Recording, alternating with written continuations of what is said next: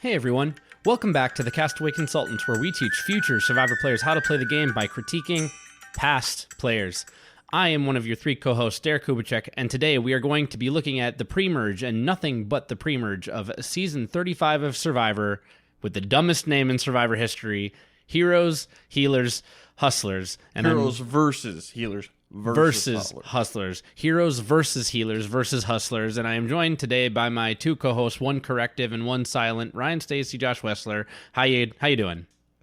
Oh, just thinking about how dumb this title is. I'm doing good. I mean, obviously it's a weird title, but we're in the game era of Survivor right now, so we're just embracing it, I think. Everyone knows that Heroes, Healers, and Hustlers have a natural rivalry. So I guess, I can understand why you forgot the verses, Derek. It's implied. Right, exactly. It's kind of like Batman, Joker, right? You say those and they are anacrostic or whatever. Yeah, we all know this. It's like Scots and other Scots. It's like brothers and sisters. I don't know why I said anacross. It's like antithetical, whatever. Yeah. The audience gets it. Point being, this is sort of unofficially our second episode in the Rewind series regarding Season 35, because everyone should remember our A, Q, and I think it was M alliterative tribes that we did. So this is unofficially the second episode, but officially the first one about Season 35 if you're looking for actual coverage and recap and breaking down the moves of the season. And we have some things to talk about today. Yeah, so if you haven't listened to it yet, before Season 49 aired, we did a Survivor Rewind episode where we just made fun of the name and came up with our own versions. So mocking Heroes versus Healers versus Hustlers is the title of that episode. So go check that one out. I think it's really funny and absolute nonsense, which will be what this episode is too. And we did have some listeners who submitted their own versions of it, so thank you to everyone who did that. There's still time. You can do it literally whenever. Yeah, there's you have all the way up until like the heat death of the universe to submit that. If you really wanted to, you could do it 26 times. Sure. Well, the point of why we're here today is there's a lot of Survivor out there, Forks. Yeah, I'm going to call you Forks. Season 50 is coming up soon. It's an exciting time in Survivor, but there's a lot of it. If you have not seen it all, then we're here to tell you what is must-watch Survivor and what is not if you choose not to watch all of it, which, you should. So, Survivor Heroes versus Healers versus Hustlers. The one thing I will say ahead of time, for those of you who have not seen this before, is one person from this season will be on 50. So keep that in mind. I'm not going to say who. If you don't know, that's something you can always look up. So if you haven't seen it before, that might interest you. But beyond that, guys, is this, just through the pre-merge, is this must-watch Survivor?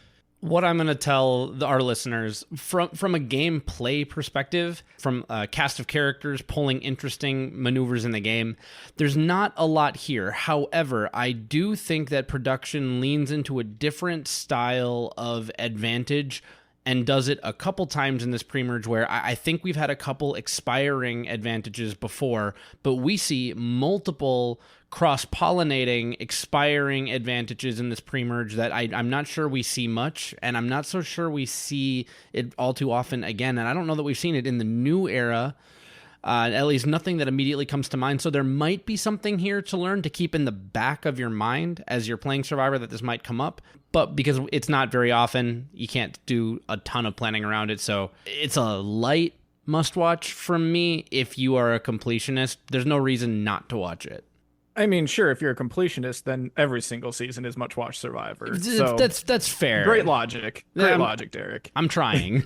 No, I don't think this is. I think you can go ahead and skip it. Sure, if you want, the lore of a couple of returning people, watch it. But, again, if we're going to include that as criteria for what might be must-watch Survivor, we're tossing in most seasons now at that point. So I got to draw the line somewhere, and this is going to be one of those, at least pre-merge. Stay tuned for the post-merge, because we usually do that.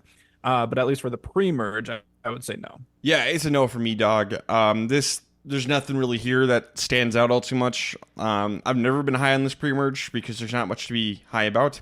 There's one really solid episode, and the rest is mostly average Survivor. I think the premiere is actively bad, not on the fault of the contestants, but because it's so short that it kind of just kind of screws them all over. We don't get to see too many people. So I think Premiere is poorly edited just due to lack of time.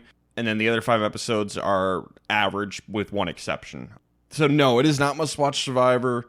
If you're here to watch all of it, great. If you're here to pick and choose, don't pick this one. On the editing note, I would also say that just in general, not just the Premiere, but the Premerge in general seems a little top-heavy when it comes to just who we see the most. You know, the people who get screen time. And we know a decent amount about them. But there's a good chunk that I don't feel like we get to know much of at all. Well, all right. Well, on that note, let's get into spoilers. Yep. So 3, 2, 1, get out of here. We'll be spoiling the entire Premerge today, but nothing in the post-merge. Let's talk about this cast. It is fine. Again, there's a few people who stand out. Not too much. There's a lot of, I think, kind of just not super interesting people. But we do a game every season, every newbie season, where I test Josh and Derek, show them a picture of the cast, see how many of them they can remember. Derek got 8 out of 18. Josh got 7 out of 18. So just under half. Close. Both failing grades. Yes, exactly. You both lose. More to Josh's point that the people who are edited, and the people who are not, are not. Yep. You can pretty much, those of you who've seen this season, you can pretty much guess exactly who they got, who they remembered. So here is our heroes tribe in blue. We have Alan Ball, an NFL player from Texas. Ashley Nolan, a lifeguard from Florida. Ben Driebergen, a Marine from Idaho. Chrissy Hoffbeck, an actuary from New Jersey. JP Hilsebeck, a firefighter from Los Angeles. And Katrina Radke, an Olympian from Excelsior, Minnesota. We have a Minnesotan on this season. Minnesota's own. That's actually An Excelsior, close to, my neck of the woods. Yeah, Josh and Katrina actually don't live too far apart if she still lives in Excelsior. Who knows? Yeah, always had love having a Minnesotan representation. They always do super well. Oh, yeah. Moving on to Soko, the healer tribe. I don't know if I said the hero tribe was Levu. But Soko's in yellow. We have Cole Metters, a wilderness therapy guide from Arkansas. Desi Williams, a physical therapist from Virginia. Jessica Johnston, a nurse practitioner from Kentucky. Joe Mena, a probation officer from Connecticut. Dr. Mike Zahalski, a urologist from Florida. And Rourke Luskin, a social worker from California. And then finally, the Yawa tribe, also known as the Hustlers in red. We have Allie Elliott, a celebrity assistant from LA. Devin Pinto, a surf instructor from California, who's basically just Keanu Reeves. You throw in a little bit of maybe Ted from Bill and Ted's Excellent Adventure, a little bit of John Wick, and a little bit of Neo, and that is Devin Pinto. Lauren Rimmer, a fisherman from North Carolina. Patrick Bolton, a small business owner from Alabama. And I'll never forget this. This will always stick in my head. Rob Cisternino described Patrick as Tigger from Winnie the Pooh. Woohoo! Just always bouncing on his tail, and I can't unsee it and unhear it. It is so accurate. That is this guy. T-I-double-gut-er. Mm-hmm.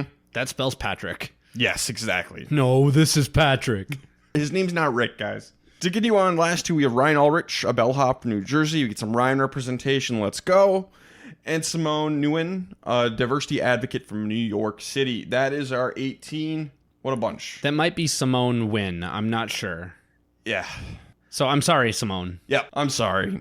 But that is our crew of 18, and they are certainly a motley crew. A motley crew indeed. All right, guys, should we get into these episodes? Without further ado. Let's do it. All right. Episode 1, I'm not crazy, I'm confident. Those are not mutually exclusive, folks. You can be crazy confident. Confidently crazy. See Tony Vlachos. See Alan Ball, the guy who says that in this episode. Not always the best thing to be in Survivor. Correct. A dangerous combination. Mm-hmm. So we're going to classic marooning, but it's actually a reward challenge marooning. So, you get all your stuff and then you have to row to shore. So, a little twist on that. But during the marooning, Ryan, who I already made my winner pick just going into the episode because his name is Ryan, as I do, he finds a secret advantage. It's going to turn out to be a super idol. And immediately I'm like, crap, don't do this. No, let's not do super idols. But it's only good for the very first tribal council of the season. So if his tribe loses, obviously he has a super idol. But if one of the other two tribes loses, he has to give it to somebody on the losing tribe. I don't love this because Survivor is very clearly trying to force this to be played. Tyler Perry idol? More like Tyler Sherry idol because he had to share it if, they don't lose. Sure. Boo. Yeah, I mean, it's fine. I guess if I had to choose, I probably wouldn't put this in the game just because you're forcing it essentially. There's no reason not to play this unless, you wanted to, be like what happens and, just wait until after it's done and then just keep it. There's no, I don't know, uh there's no risk involved with this. There's no with this downside. expiring idol. Yeah. So yeah, not a fan. The only thing I'll add to this, if you're going to have a super idol in the game, I'm glad that it's one that has a very short expiration, but I don't like making it only for the first tribal. I think you should let the people choose their first, unless you're actually going to make an idol hard to find. This was pretty out in the open during the marooning. So if someone's going to use an idol to save themselves on day one, I want it to be a little harder to work for than this. On the Heroes Tribe, we're going to get Ashley and JP. They're going to kind of form an alliance. It's going to give off showmance energy because I think this would have easily been a showmance if the situation didn't blow up so quickly. It's very clear that at the very least, Ashley's got the hots for JP. One's a lifeguard, one's a firefighter. They both spend a lot of time at the beach. They're basically just like surfer power couple. You might as well put a North and South magnet next to each other. Alan and Ben are also going to make an alliance, and they're going to team up with Ashley and JP because the two other people on the tribe are Chrissy and Katrina, both older-ish women who are both moms. The mom squad, they're called. So the four seemingly physically fit people are going to team up. Alan does not trust Ashley and JP at all because he's like, yeah, they have a showmance or something going on there. But yeah, we'll stick together and we'll take out Chrissy and Katrina first. Over on the Hustlers, Allie and Patrick are going to make an alliance, and this is interesting. I think this was some of the most interesting stuff on the pre-merge because does not make it on the show. Allie and Patrick know each other in real life. Before the season, they knew each other. And they cut that out completely because I think Survivor didn't know that. And I don't know, I don't blame them because what happened is Allie and Patrick went to college together. They weren't exactly friends, but they knew each other, and Patrick even helped her move. They both went to Auburn. And Allie then moved to LA and got her own thing. Patrick still lives in Auburn. These two both happen to be on the season, happen to know each other, happen to see each other at casting, and don't say a word because they're nervous. If they say anything, one of them will get yoinked off the season. I don't blame it at all. Honestly, and they probably would have. Honestly, best players of the casting portion of this season. I like this silent agreement, like, no, say nothing. So just imagine, if you will, someone from our past from college gets on Survivor on the same exact 6-person tribe as you. Person you haven't seen in years. You weren't really close with them, but you know them. Right. Just, someone from our past. Yeah, just imagine how, what are the odds? That's insane. That is crazy. Really, really weird. And it's not the last time that this is going to happen in Survivor. And it wasn't the first time either. No. So yeah, it's just weird stuff like that happens every once in a while. When's the first time it happened? Ish. I want to say it was in Samoa with Laura Moret and Brett. Okay. Because then we're going to have it again in 39, which we've already covered on this podcast. With Dean and Kelly. Yeah. DK chillin' and... It's just bizarre. And then, actually before, and then in Gabon, no, it happened in Gabon too, Marcus and Crystal. I don't know if they knew each other, but they had a mutual friend, so they knew of each other. So it's just weird. Like, you just randomly grab 18 people, and, you can get connections like that. It happens. But yeah, this does not make the edit at all, because I think Survivor did not like this. It was like, crap. People are going to think this is rigged. People are going to think the season is rigged for other reasons, not this. Spoilers. We'll get into that. Yeah, that's a whole controversy, which we'll get into in the post-merge. But yeah, Allie and Patrick are obviously going to make an alliance, and I just love the way they edit around this. Like, yeah, I got good vibes from Allie and Patrick, and there's no vibe or chemistry at all between them. They just know each other. Good vibes. It's really funny. So yeah, that is fascinating to watch. It's not going to go well for these two. Dr. Mike's going to go idol hunting, which the others notice. And Dr. Mike's going to say, he's like, my kid told me I should go find an idol. And how old was this kid? 8 or 10? The way he says it is, even my 10-year-old knows that when you land on the beach, you should go idol hunting. Well, Dr. Mike's 10-year-old, no, you don't do that. Yeah. Respect all 10-year-olds out there. No.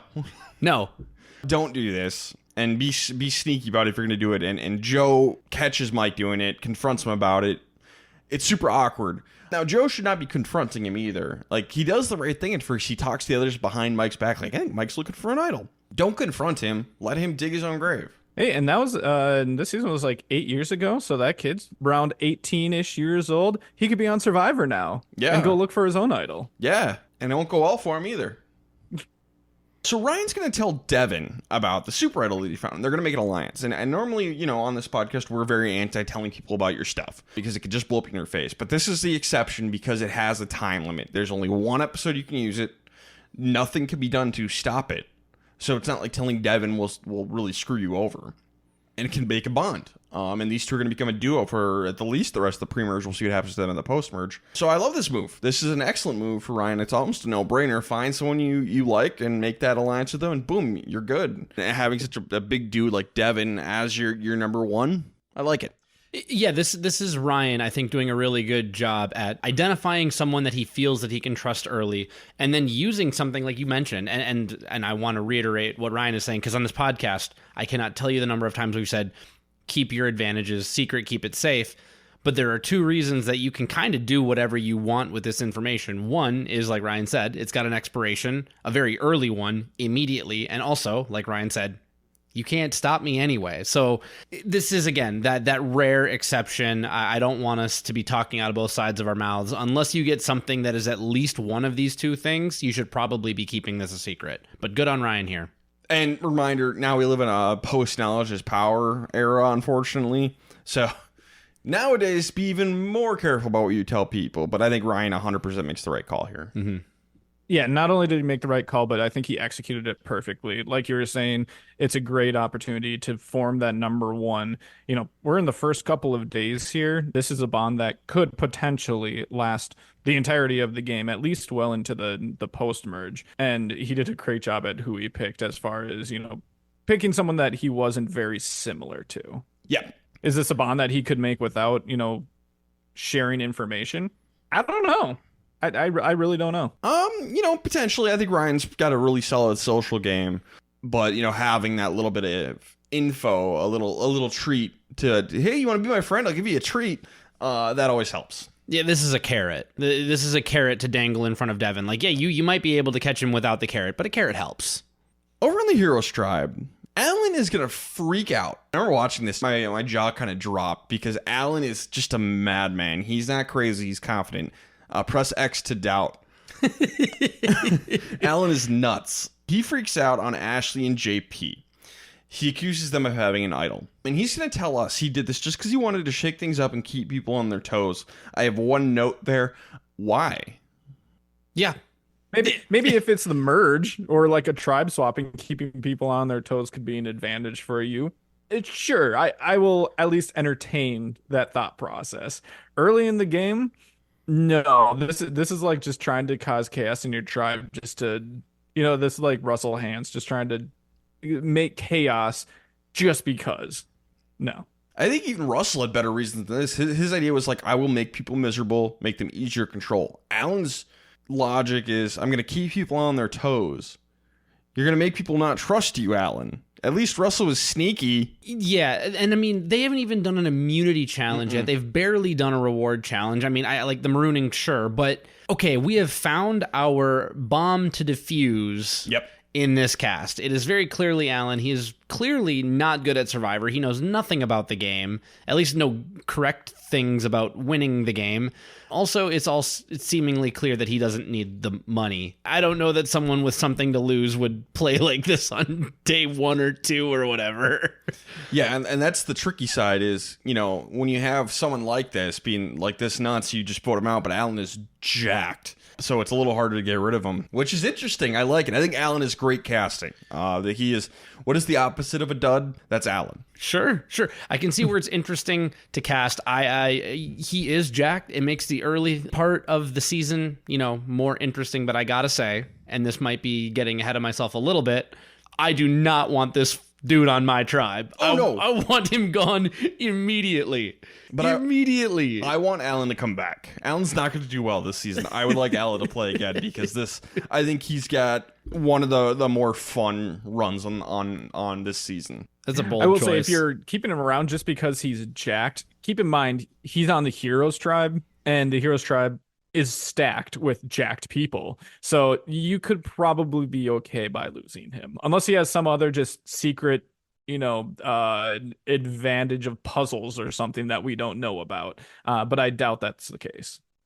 So JP, last season when we talk about game changers, as much as I hate bringing up Survivor game changers, Haley Ford offered to set herself up for a strip search at Tribal Council to see if to prove she did not have an idol. Less than a season later, we are doing that. JP Hilsebeck is going to strip all of his clothes off to prove he does not have an idol. Drop trow. Respect. Respect for JP.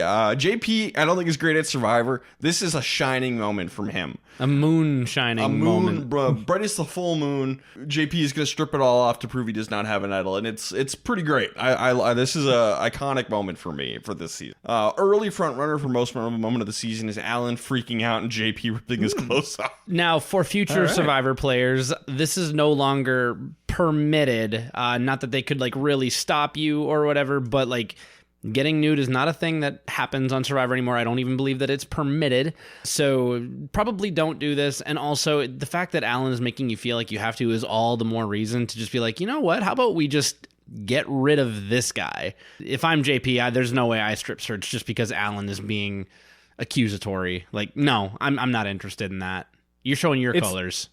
It is good for, just kind of taking it that next step and just, obviously Alan is just being ridiculous right now, and anyone who has that conversation with him is able to tell that. But this is just taking it one step further and just being like, this is how ridiculous he's being.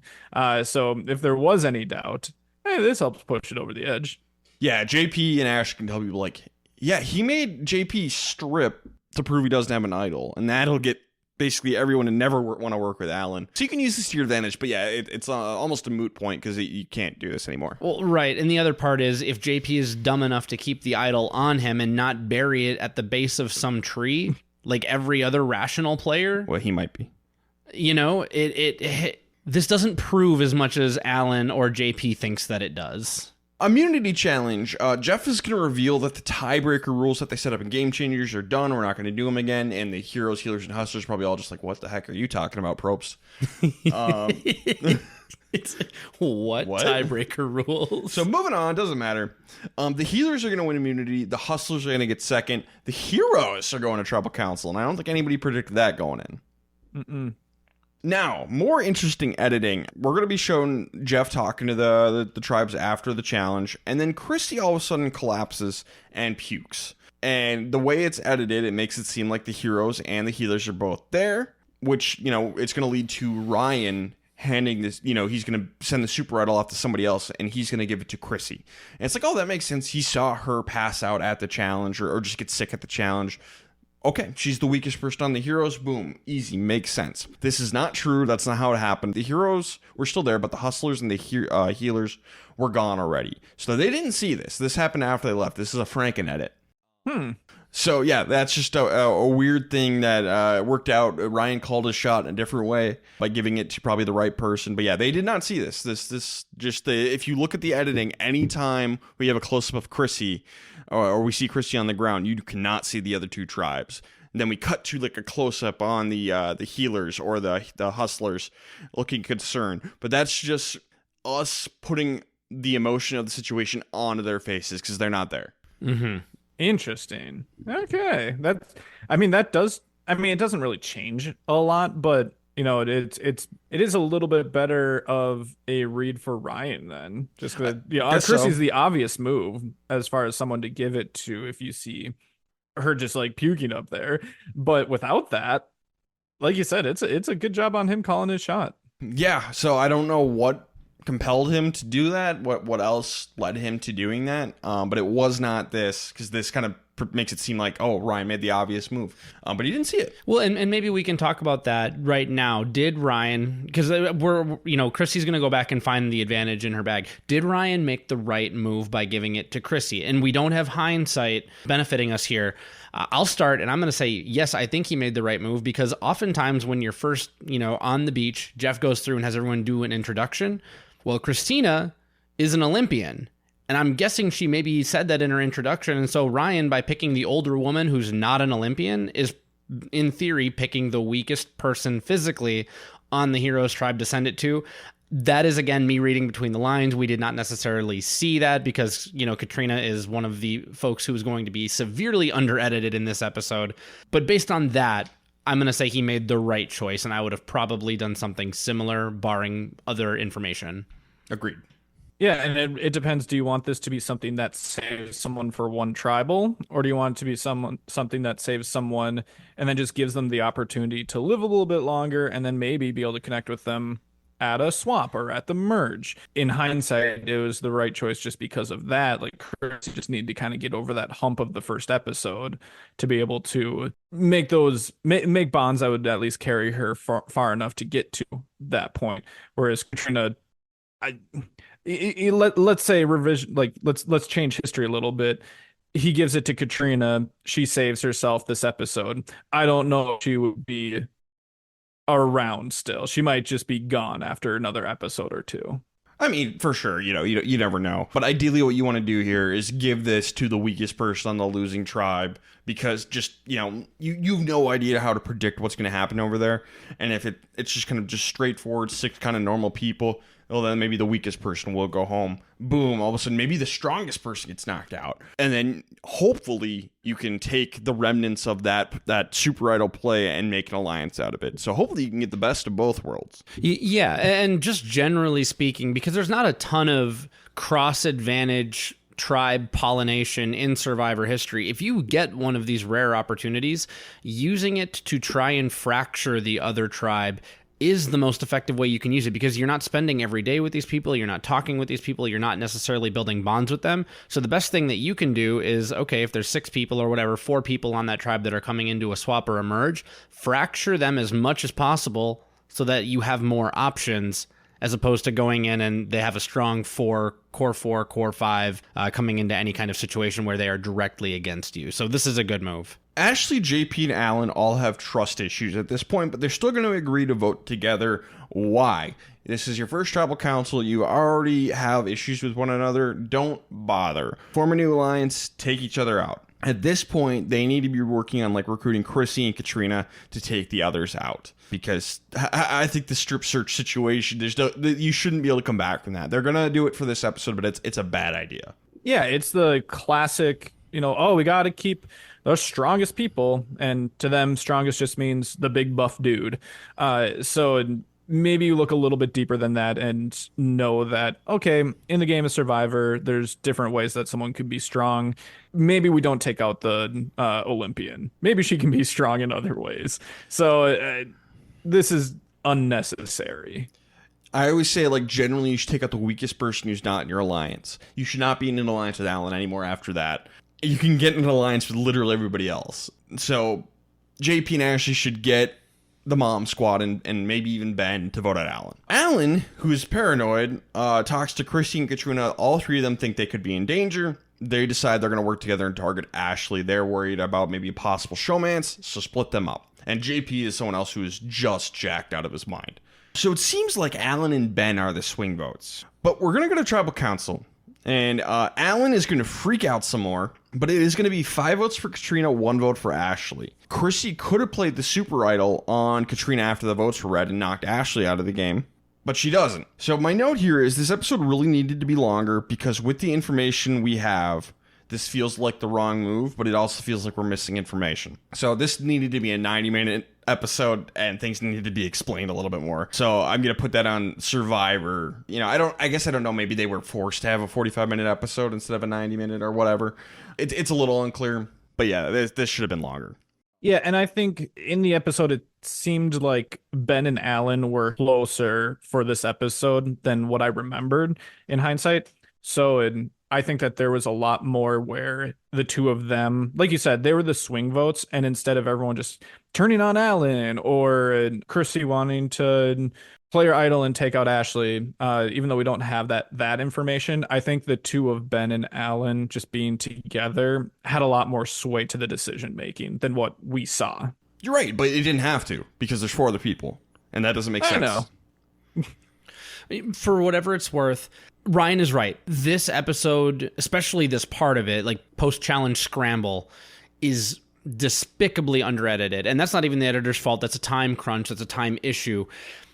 I think that it probably was the right move for Chrissy to do what she did. When I see a 5-1 vote, a unanimous vote, I'm going to say that at least there is a plan. There is a consensus. One person got voted out. What we were not shown, Katrina had exactly one confessional, but basically she just didn't connect with anybody. So what really happened was everybody's like, oh, well, nobody's actually close with Katrina. We'll just take her out. Right. It was that simple. We'll keep Alan's challenge strength. Nobody really, she's just kind of odd. And it was that simple. And that was not in the episode at all. Well, and if that is the case, all the more reason that it's the right move then, because if she's not making bonds with anyone, Chrissy, don't save her. Just let her go. Sure. But yeah, this is an indictment of the episode because information is wrong, out of place, and we're missing important stuff. So I don't know whose fault this is, but somebody is to blame. CBS scheduling director. Somebody screwed up. So with what we're shown, it needs to be Ashley or Alan. You know, between Ashley and JP, sure, get rid of Ashley just because JP is so jacked. But there's such a bad relationship between those two that one of them needs to go. We were shown Alan recruiting Chrissy and Katrina, already has Ben. So with that logic, it should have been Ashley. Chrissy also could have played her idol on Katrina. Again, and based on what we were shown, why not play it on her, knock out Ashley? But yeah, like I said, Katrina didn't apparently gel with anyone, so that changes everything. So whether or not this is the right move or not is hard to say, just because we are lacking so much information in such a weird situation. Based on what we were shown, I'm going to say this was the wrong move. But yeah, this is just kind of a weird question mark one for me. Yeah. I think it was the right move for reasons I mentioned. Yeah, this is kind of like a shrugs, sure, I guess. You know, in reality, would it make sense to, you know, take a few steps back and really evaluate the situation and take out Alan? I think so. I never like having that chaos on my tribe. So that would be my first, my first option. But now that we're this far in and it seems like we've just they've just decided to completely ignore that ever happened, at least for now, then that's where I'm getting to the point of just being like, sure. Tribe strength only helps you so much. Let's get into the best and worst player of the episode. Derek, who do you have for best player? So I'm going to jump over to the Hustler tribe, and I'm going to say Devin. I think there's a strong argument for Ryan here, but what I really like about Devin is what we got from him is that he is a very strong social player, along with the added piece that Ryan brought some really good information to him where he has seemingly all of the upside and none of the potential downside related to, hey, I've got this secret to keep. And if he wants to, he can use this secret against Ryan if everything goes belly up before anything interesting has a chance to materialize. So I have a feeling that at least one person here is going to say Ryan. I'm not going to fight him on it, but I really like the way that Devin has positioned himself early. Yeah, and I am going to go with Ryan. I don't want to say he lucked into the situation because he did find technically the idol. He didn't really try too hard in order to find it, but it's what he did with it that was the biggest difference maker. He played it about as well as you could. He used it to his advantage to build a bond in the first couple of days, did it with someone who I see as being very different than him, but someone that he can still get along with and form, that number one's type of bond. And then they ended up winning, and he was able to send it over to someone to try to make a new bond on a different tribe in the potential that, they swap or meet together at the merge. So Ryan played this just about perfectly. Is it better to be lucky or good? I say, is it too much to ask for both? That's Ryan. Both are true. He got lucky, but he was also looking for the super idol. He got lucky with his Chrissy pick. Like, he didn't see her collapse, and if he'd seen it, it would have made it obvious, but he still got it right. And then he made that alliance with Devin. So Ryan was lucky and good in this episode, so I'm going to credit for that. Plus, Ryan. We gotta have each other's back. Worst player, Josh, who do you got? It's Alan. I don't think there's really much that needs to be said about it. But, whenever you pressure someone into doing a strip search, that'll just about do it. He should have been the one to go home, in my opinion, and would be basically on the list of can't win this game. So it's him. Remember when our friend Anthony made Alan his winner pick after watching the episode? Yes. Shout outs to Anthony. What were you doing? Yeah, it's Alan, 100%. Yeah, Anthony's logic was if there was ever an NFL player on the season, he was going to pick the NFL player to win, always. And I guess he's been pretty consistent with that because he likes the sports. Don't do this. I think he did Brad Culpepper the season previous. He did Brad Culpepper. And I mean, that's because he was a Minnesota Viking and also an NFL player. But yeah, no, it's Allen, 100%. There's nothing else to add. Don't play like Allen. Brad is infinitely better at Survivor than Allen. Infinitely. Yes. I can mathematically prove it. All right, let's get into winner picks. Derek, you originally had Chrissy. Yes. Do you stand by that? I would probably change it if I could, but there are certainly worse things because at the end of this episode, what we have is Chrissy with a dead super idol, but a great fake idol in seemingly an okay place on her tribe after a unanimous vote. So I like the Chrissy pick, but if I could go back, I would probably pick Ryan or Devin, leaning toward Devin on that one, but Chrissy was my honest pick at the time, and so I'm stuck with Chrissy. And I remember you saying you mostly because she was an actuary. Yes, yeah, a risk analyst, basically. Josh, you and I both had Ryan originally. Yes, we did. And I'm sticking with Ryan because going into the season, I found out there was a guy named Ryan, and I told the group that guy's my winner pick. I made this pick before the episode aired because that's what I do with my Ryans. I always pick them because one of us is going to win one day. Did you pick Ryan from, was it 42 or 43? Yes. I can't remember. Ryan M was my pick in 43. Ryan Aiken was my pick in the Amazon, which I made before as the episode started. Oh, there's a Ryan on this. Oh, first boot. Pearl Islands, there's two Ryans. I'm like, oh boy, Skinny Ryan or Ryan O. Boy, after that episode, it was definitely Ryan O. But I've been very consistent. I always pick the Ryans. So unless one of them drops a slur in a premiere episode, I'm picking Ryan. That'll be the exception. He at least waits until after the premiere now. Yes. No Bryans. No filthy Bryans, but Ryans for sure. So I'm sticking with them through thick and thin.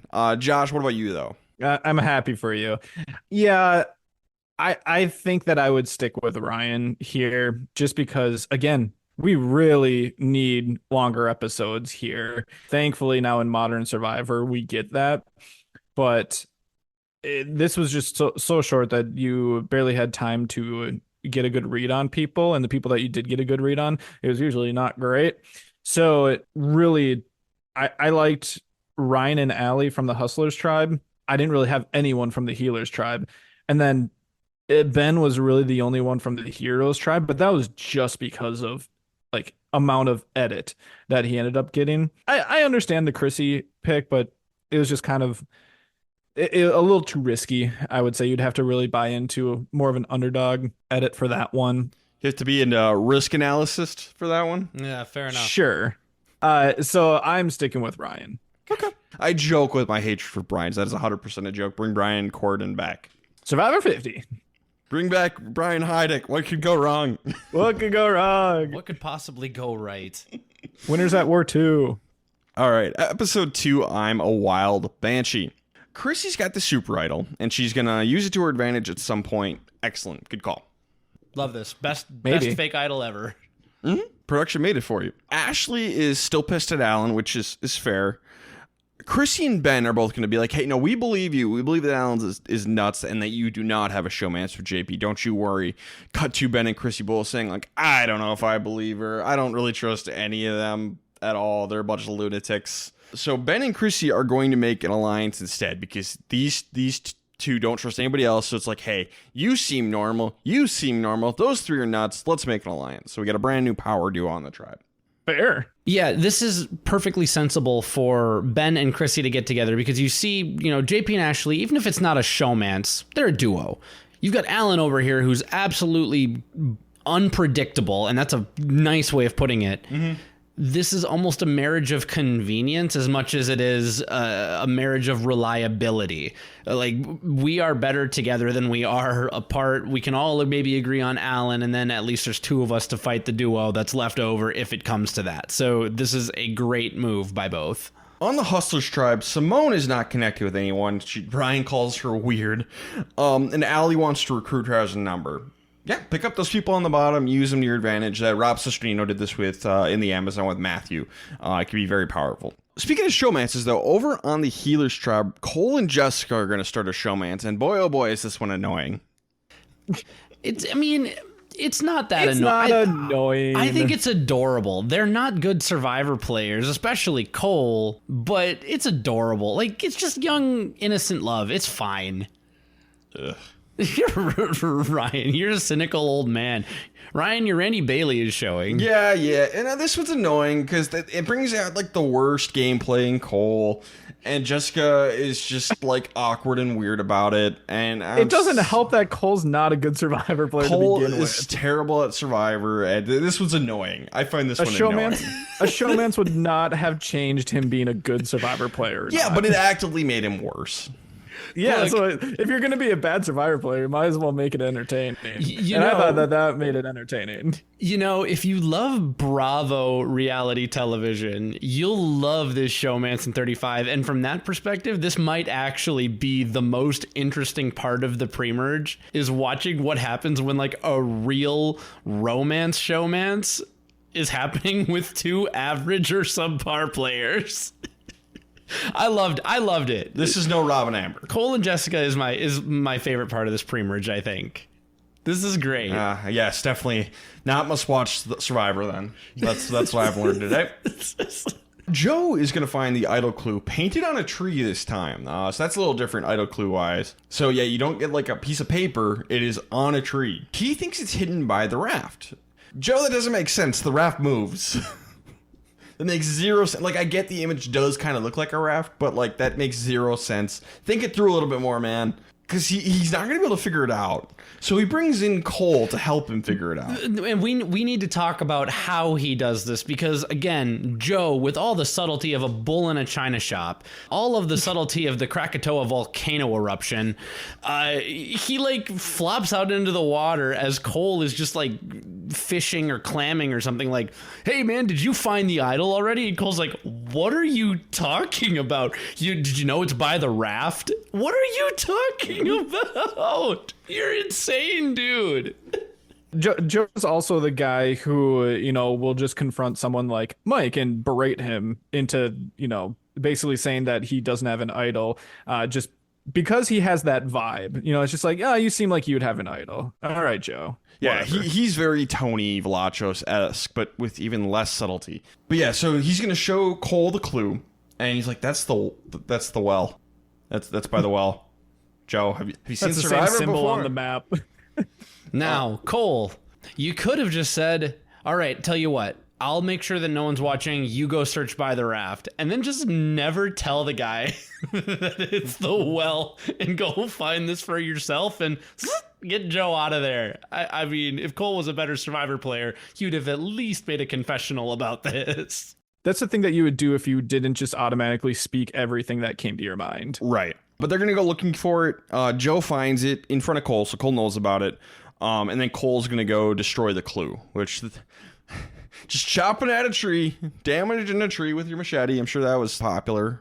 I think Don't mind me. There might be a reason we don't do this again, because if we're going to stay in Fiji, we can't keep painting clues on trees because every tree is going to get just hacked up.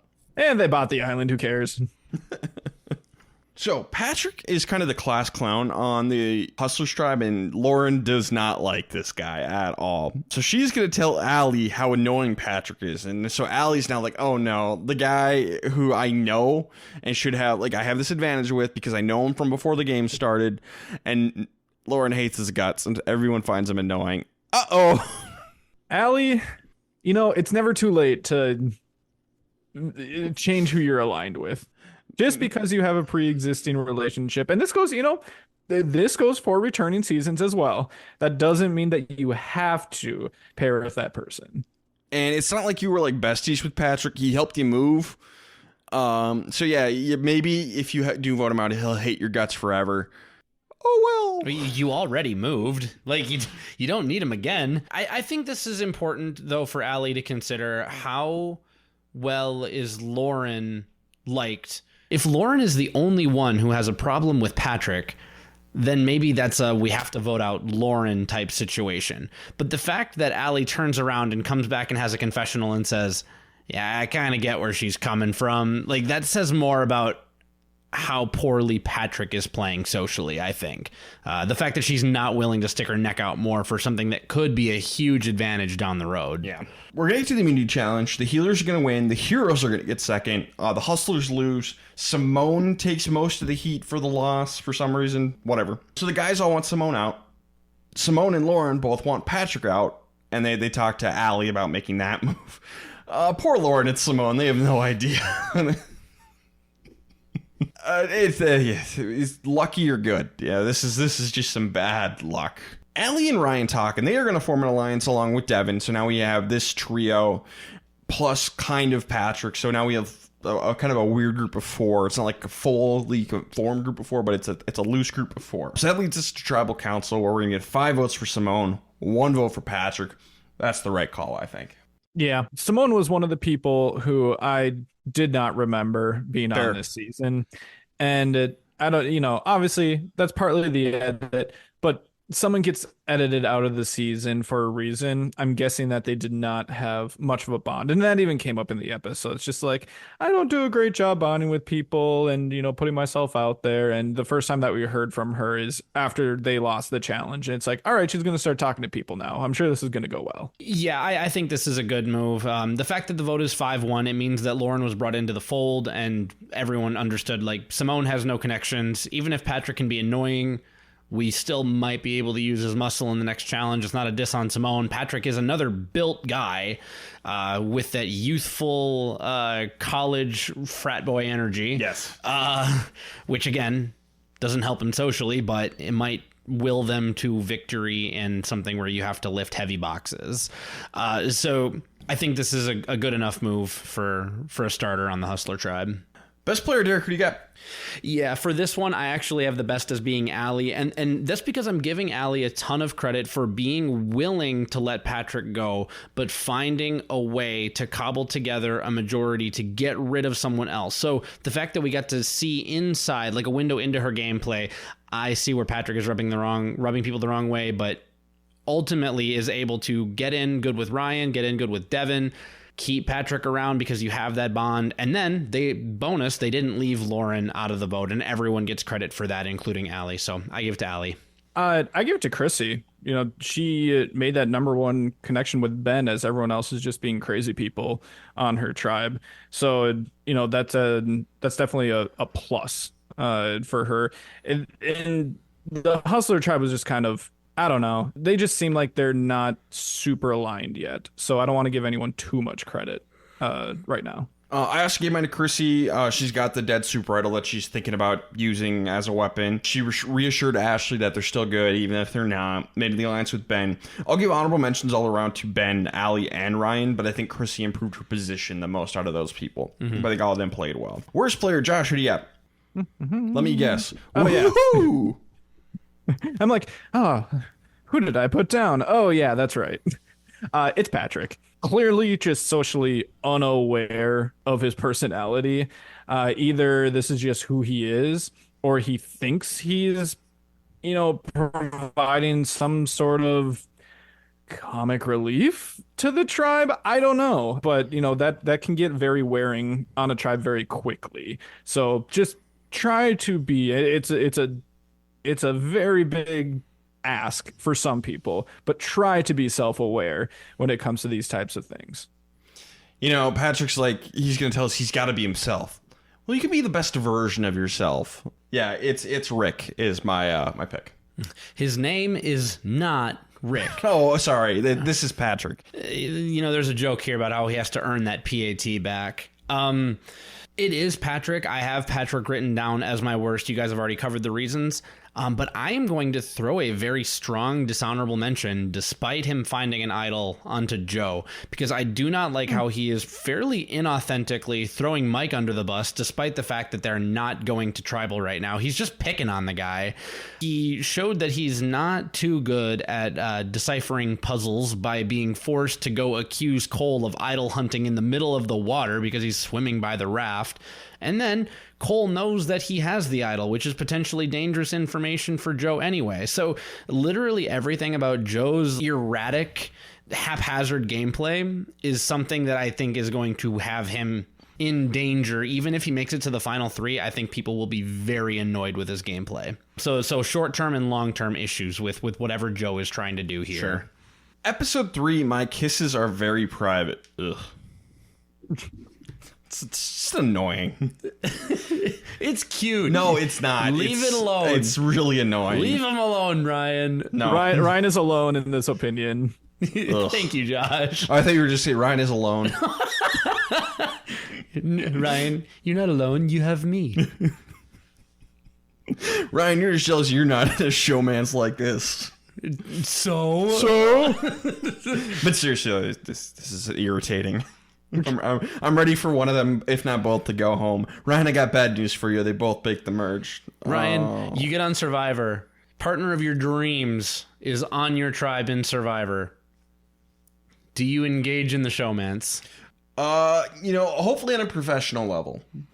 So hopefully what you're saying is that the partner of your dreams would be like, let's pick this up at Ponderosa. Or after I win. Yeah. Yeah, closer to like a D and Austin situation. It didn't work out for them, but like they kind of kept it profesh until it was very clear that D had stabbed Austin so many times.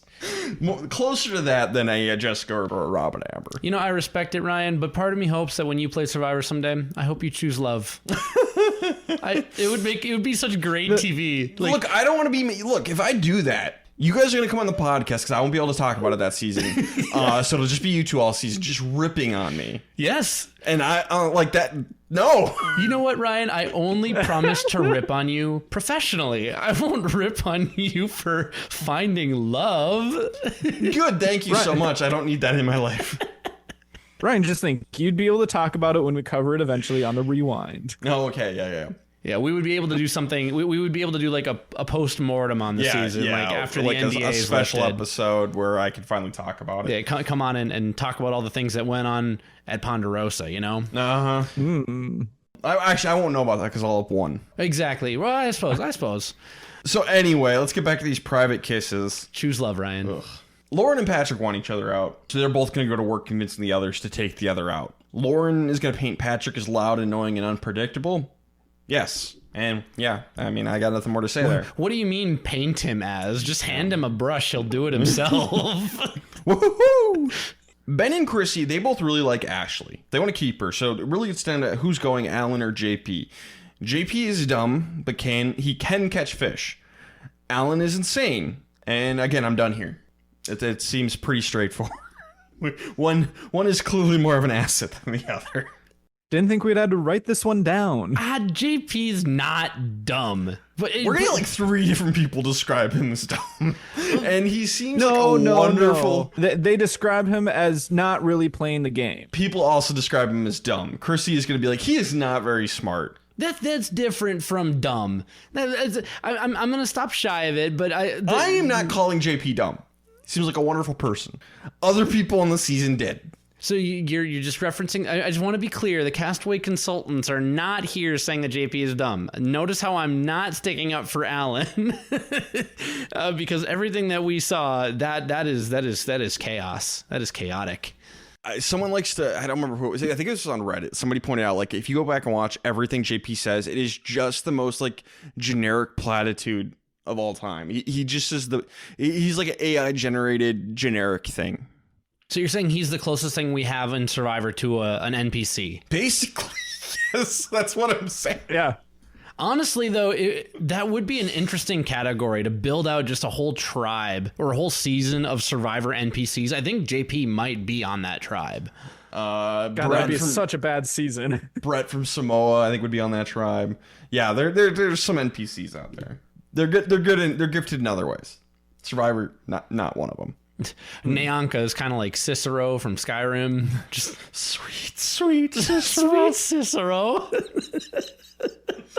What a nuanced reference. That is a great reference. And yeah, a little bit.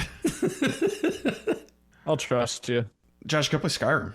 Yeah, best day to play Skyrim was 11/11/11. Second best day to play Skyrim is today. There's probably a new version of it out at this point. There had to have been a better other day to play. No, Today can't be the second best day. today It is. It's the second best day to play. And then when we get to tomorrow, that will be the second best day Yeah, to play. because today is past. Yeah. But the best day was the first day. Yeah. Ashley's got a crush on JP, but she has been trying to keep distance from him because she doesn't want that target on her back.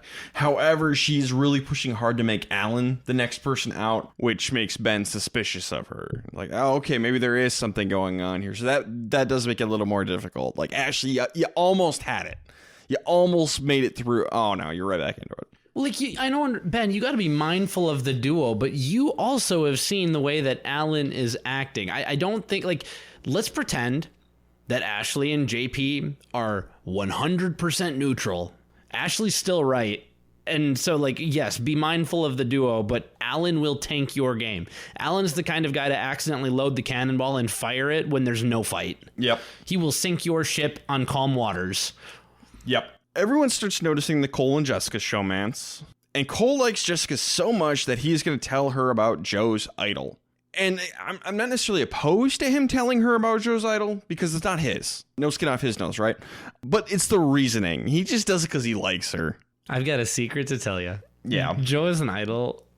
I love it. It's so good. This is a bad reason, but I still love it. Yeah. Just enjoy what we have, Ryan. Just be happy. Don't worry. Be happy now. Where's Randy? I need Randy Bailey. I'm gonna get Randy on the phone and let him talk about this. Like, you know that the first thing Cole did off the island was burn Jessica's CD with Secondhand Serenade on it. You know I'm right. This is the worst. Patrick's gonna go idol hunting, which makes the rest of the tribe nervous because he's blatant about it. Allie's got to be like, dude, you gotta cool your jets, man. I know you're just like bouncing around on your tail throughout the jungle, but you gotta stop. Yeah, his tops are made out of rubber. His No bottom is made out of more springs. bouncing. Not even a smidgen of a bounce. Is that what Rabbit says to him? Yeah. Not even a smidgen of a bounce. Joe complains a lot. He does not like the food situation, and he won't stop complaining about it.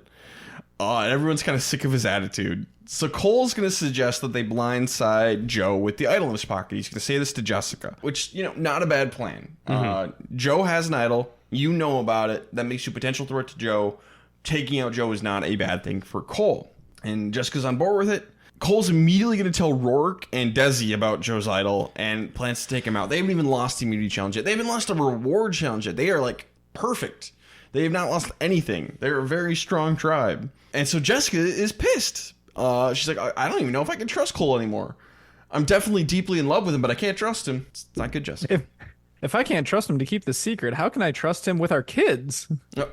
That's a fair point. No, I don't agree because real life and Survivor are very, very, very different. I think someone who is very eager to tell you all the things is way better and more trustworthy of a partner than someone who is a little too good at Survivor, to the point of maybe being a tad bit sociopathic.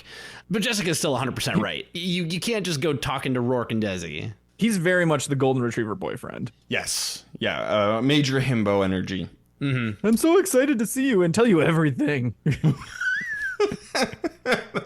It's super accurate. The overly attached girlfriend meme, except with Cole's face. He's 100% Mr. Peanut Butter from BoJack Horseman. Yeah, he is Mr. Peanut Butter. Oh my, Cole Peanut Butter. Immunity challenge, the heroes and the healers are going to win, so the hustlers lose again. And the reason they lose is during the throwing section, you have to throw beanbags or whatever they were. Patrick refuses to sub out. He just goes and goes and goes.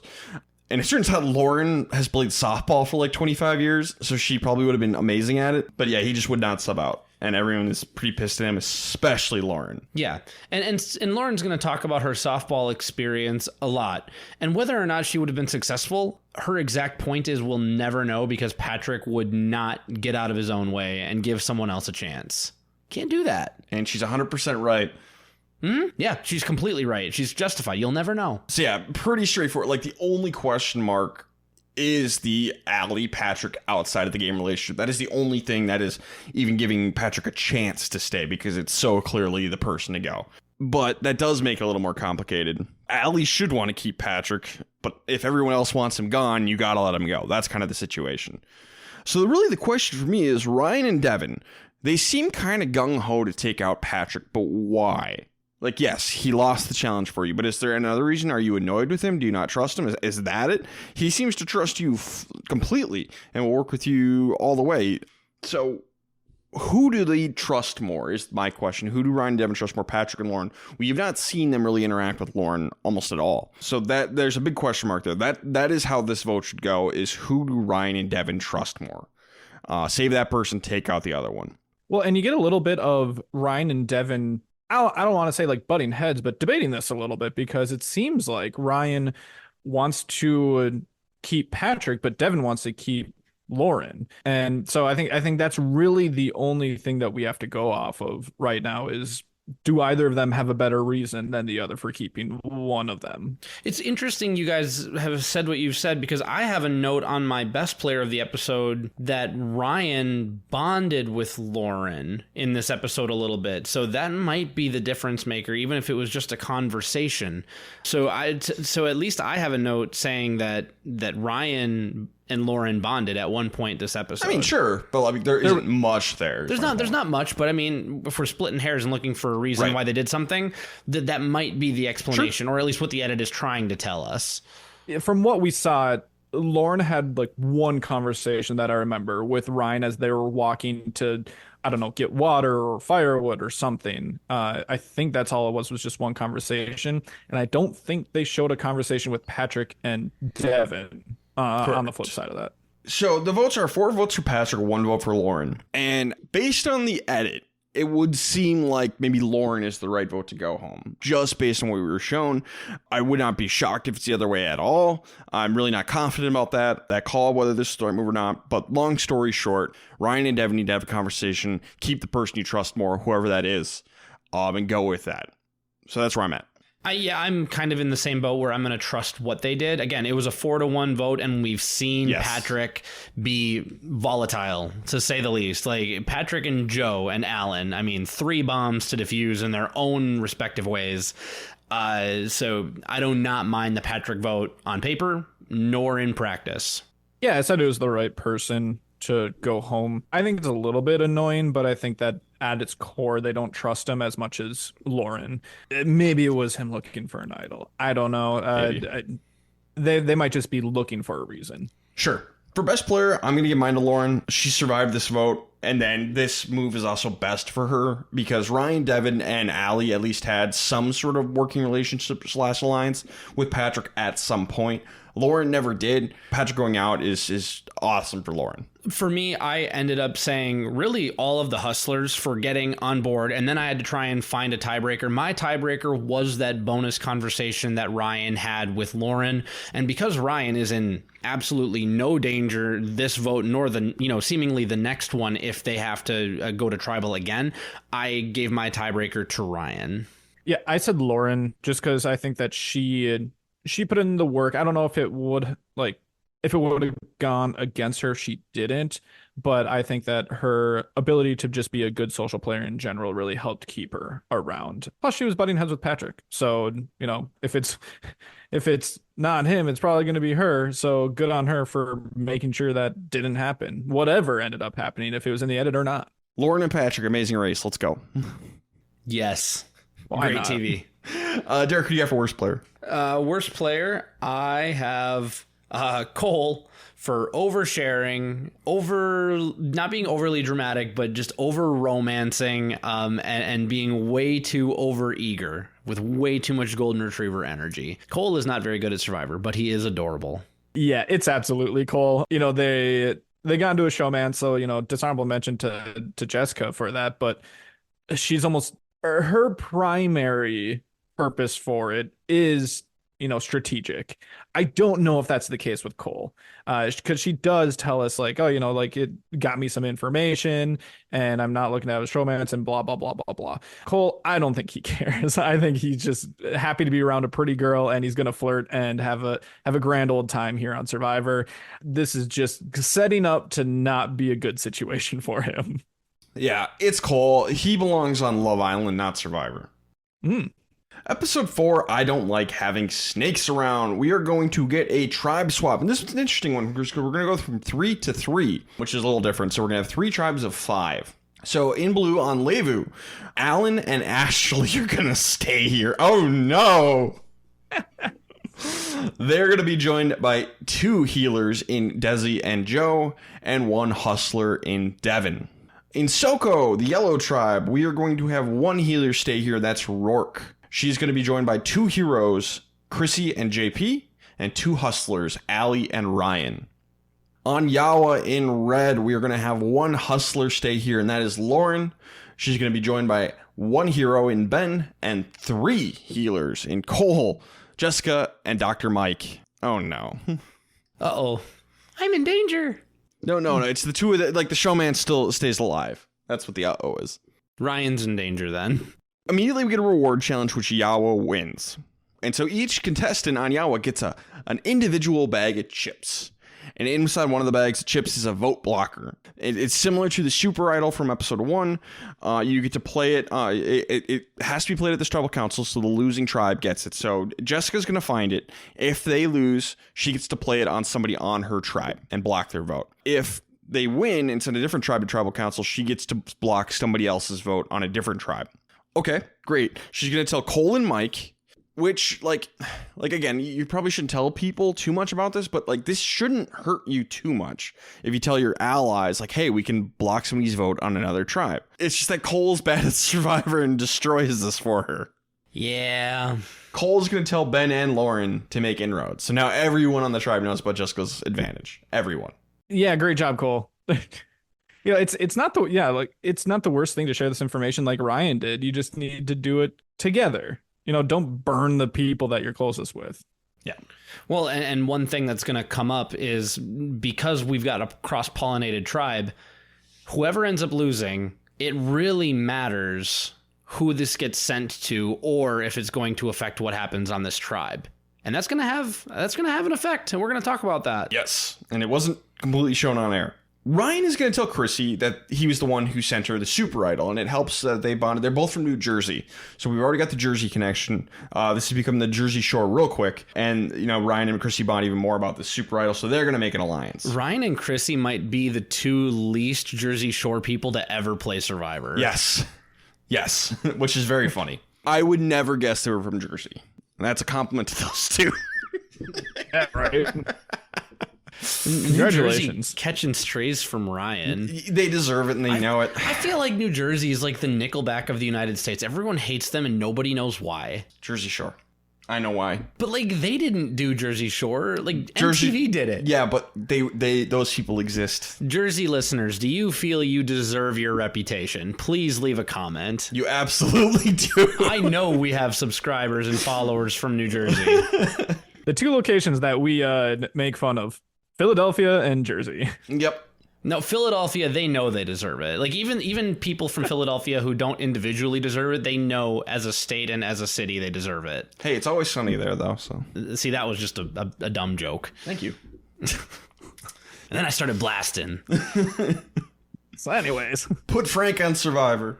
No, he'll take it literally. That's a problem. If anyone is going to start blasting on Survivor, it's Frank Reynolds. Well, why would you give me a Survivor? Why'd you give me a machete on a show called Survivor if you didn't want me to kill him? It's called Survivor. They're dead now. I win. Give me my $1 million. I'd watch that episode. Ashley and Alan are going to bury the hatchet. which is good because Frank Reynolds might take it and kill some people with it. Exactly.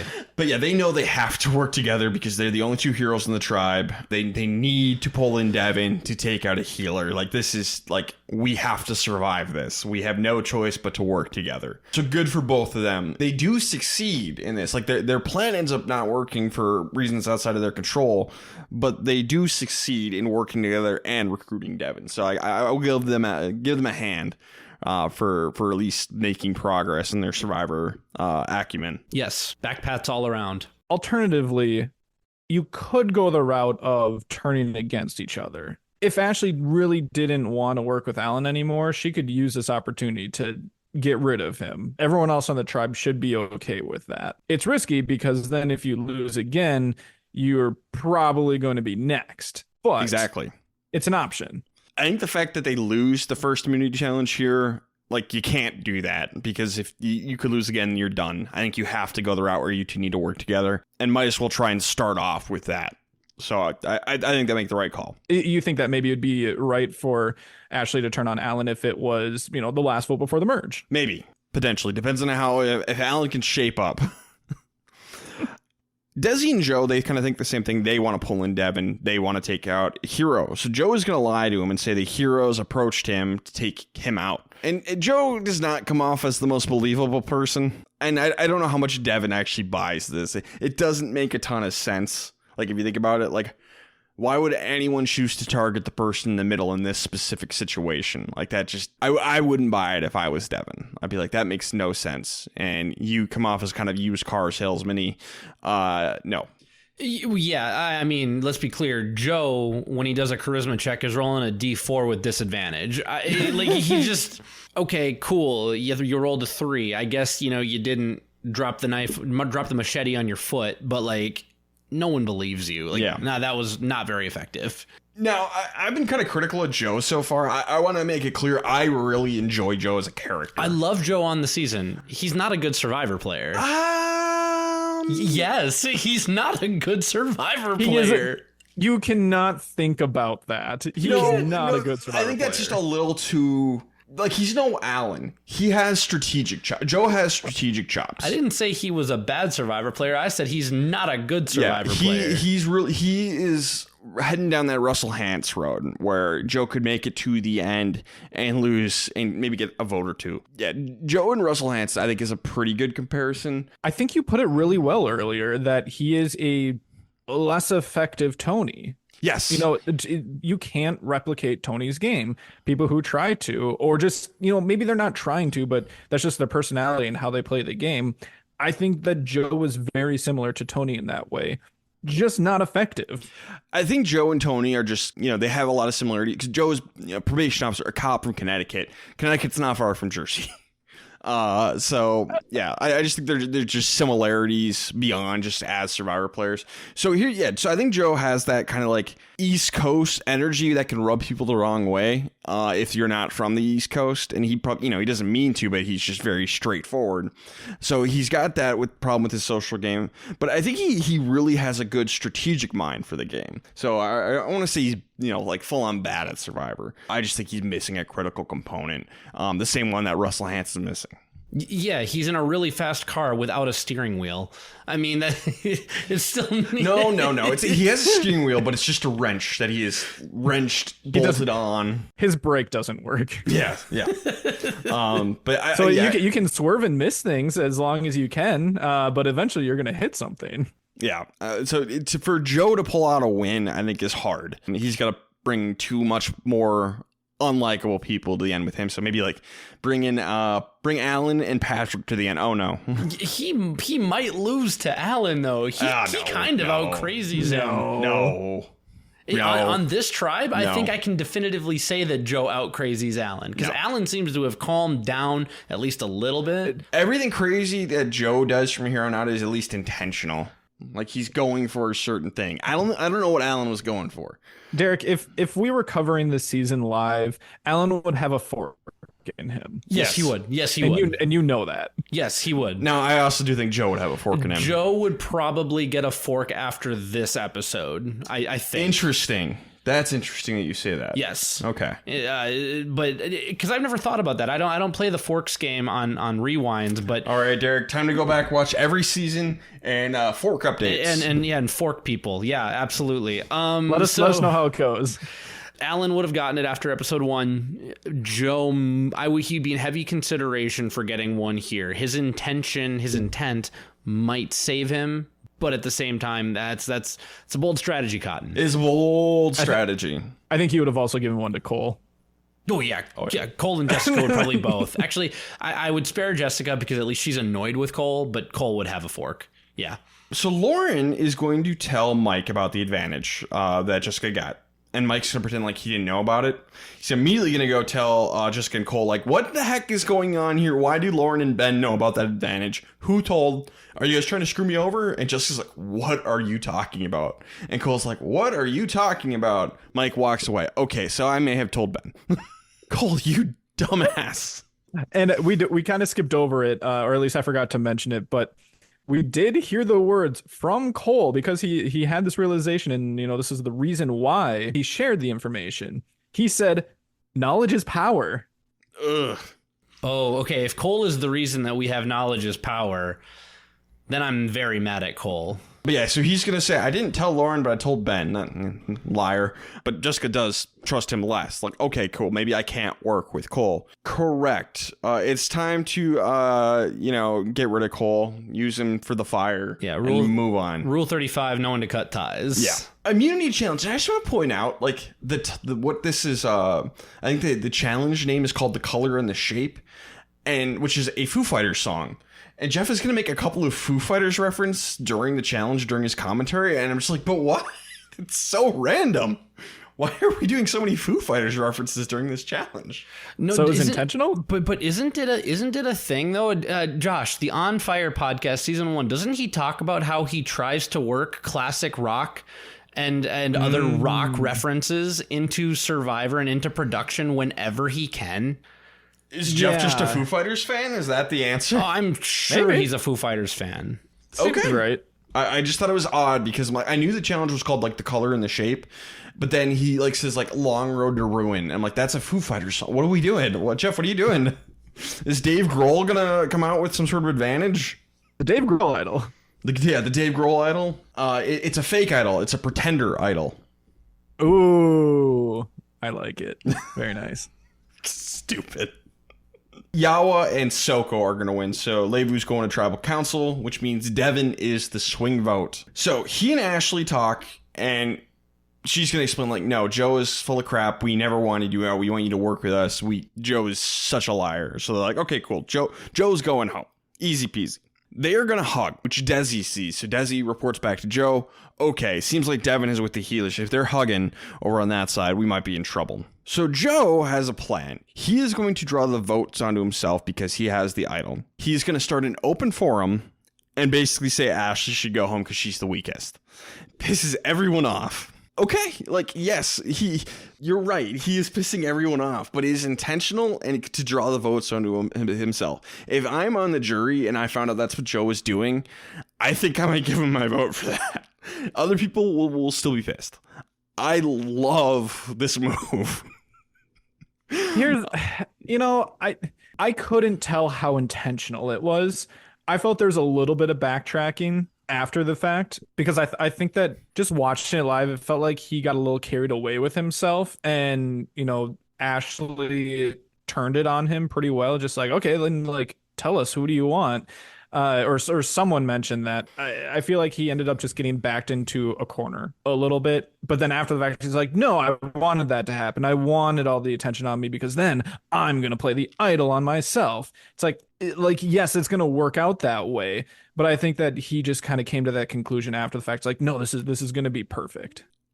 I'm going to give Joe more credit than that. I think I'm going to agree with Ryan just because I think we got a few confessionals saying that he was planning to draw the fire toward him. Now, again, I still think this is a bold move regardless, especially when you're dealing with some pre-merge nonsense. We have talked on the podcast before about how You can try and get people to vote for you. Doing it by annoying people and playing bad Survivor rather than finding like another strategic reason for people to target you is, again, a bold way to do it. It was effective. I will give Cho his flowers for this, but it still rubs people the wrong way, and people will keep that taste in their mouth for the rest of the game, however long you're here.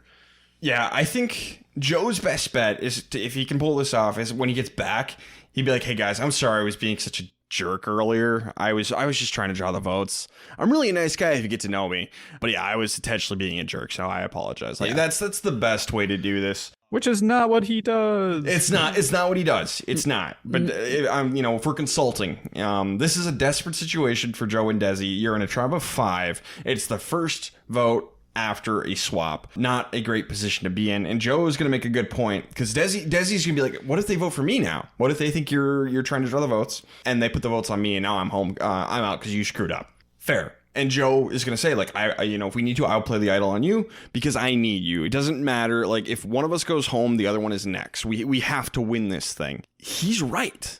Like, yes, let's say Desi goes home and Joe survives this, and then they win out, and you win out every immunity challenge from here on out, make it to the merge. Always an option, always a possibility. You don't want to rely on that. You want who wins the immunity challenge and who loses the immunity challenge to be like almost not a factor. You want to be able to survive either way. Like, it's great if you don't go to tribal council, but like you don't want to put all your eggs in that basket. Joe is right. He needs to survive this. He needs Desi to survive this for their best odds. So I don't mind the bold play because it's now or never. The one piece that I'll disagree with you on, because I agree that Joe needs Desi. If Desi survives this vote, I am not fully convinced that she needs Joe in order to ingratiate herself into that group. Now, because this pre-merge is entirely too selective with how it gets its edits, we don't really know Desi that well. We don't really know her social game. But we do know that she will compete on other reality TV shows in the future, namely The Challenge, and she's not horrible socially on that one. So, it's something to just think about as we're watching this. Like, Joe is selling this idea to you because it's what he needs, and also he has the idol, so he has the power. If I'm Desi, I would be willing to burn Joe whenever I need to. Sure. But she can't do that, though. But she can't do that because on the off chance that he does play the idol on her, like, you got to play nice. So Desi does everything she can here, but like, she should be skeptical of the reasoning. And like I said to you, Ryan, I'm not so sure she does need him, but he does need her. I agree with that. Desi needs him for this episode. Sure. For right now in this moment, to yes. Get through the, maybe get the idol played on her or just survive this thing, and then she can cut ties afterwards. But because Joe has all the power, she needs him for now. Yes. But yeah, I agree with you there.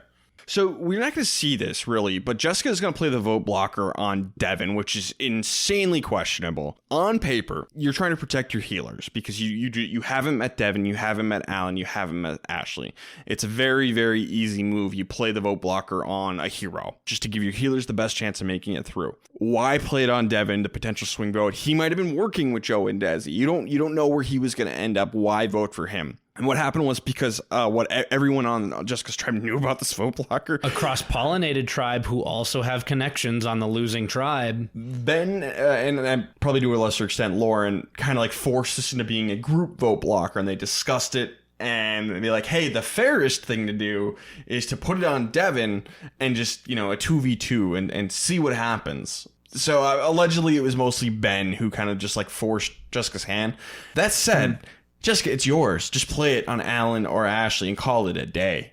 Mm-hmm. I feel like this is something in modern Survivor, new era, I should say, Survivor, that someone would see the situation, hear people out, and then be like, you know what? No, this is my advantage. And, you're going to essentially just respect whatever I do. I feel like we're still early on in messing with the votes era of Survivor, to where people are just going to be really concerned that whatever decision that they make is going to be impactful, positive or negative, to their relationships with these other people. So she's probably taking this way more seriously than what she needs to.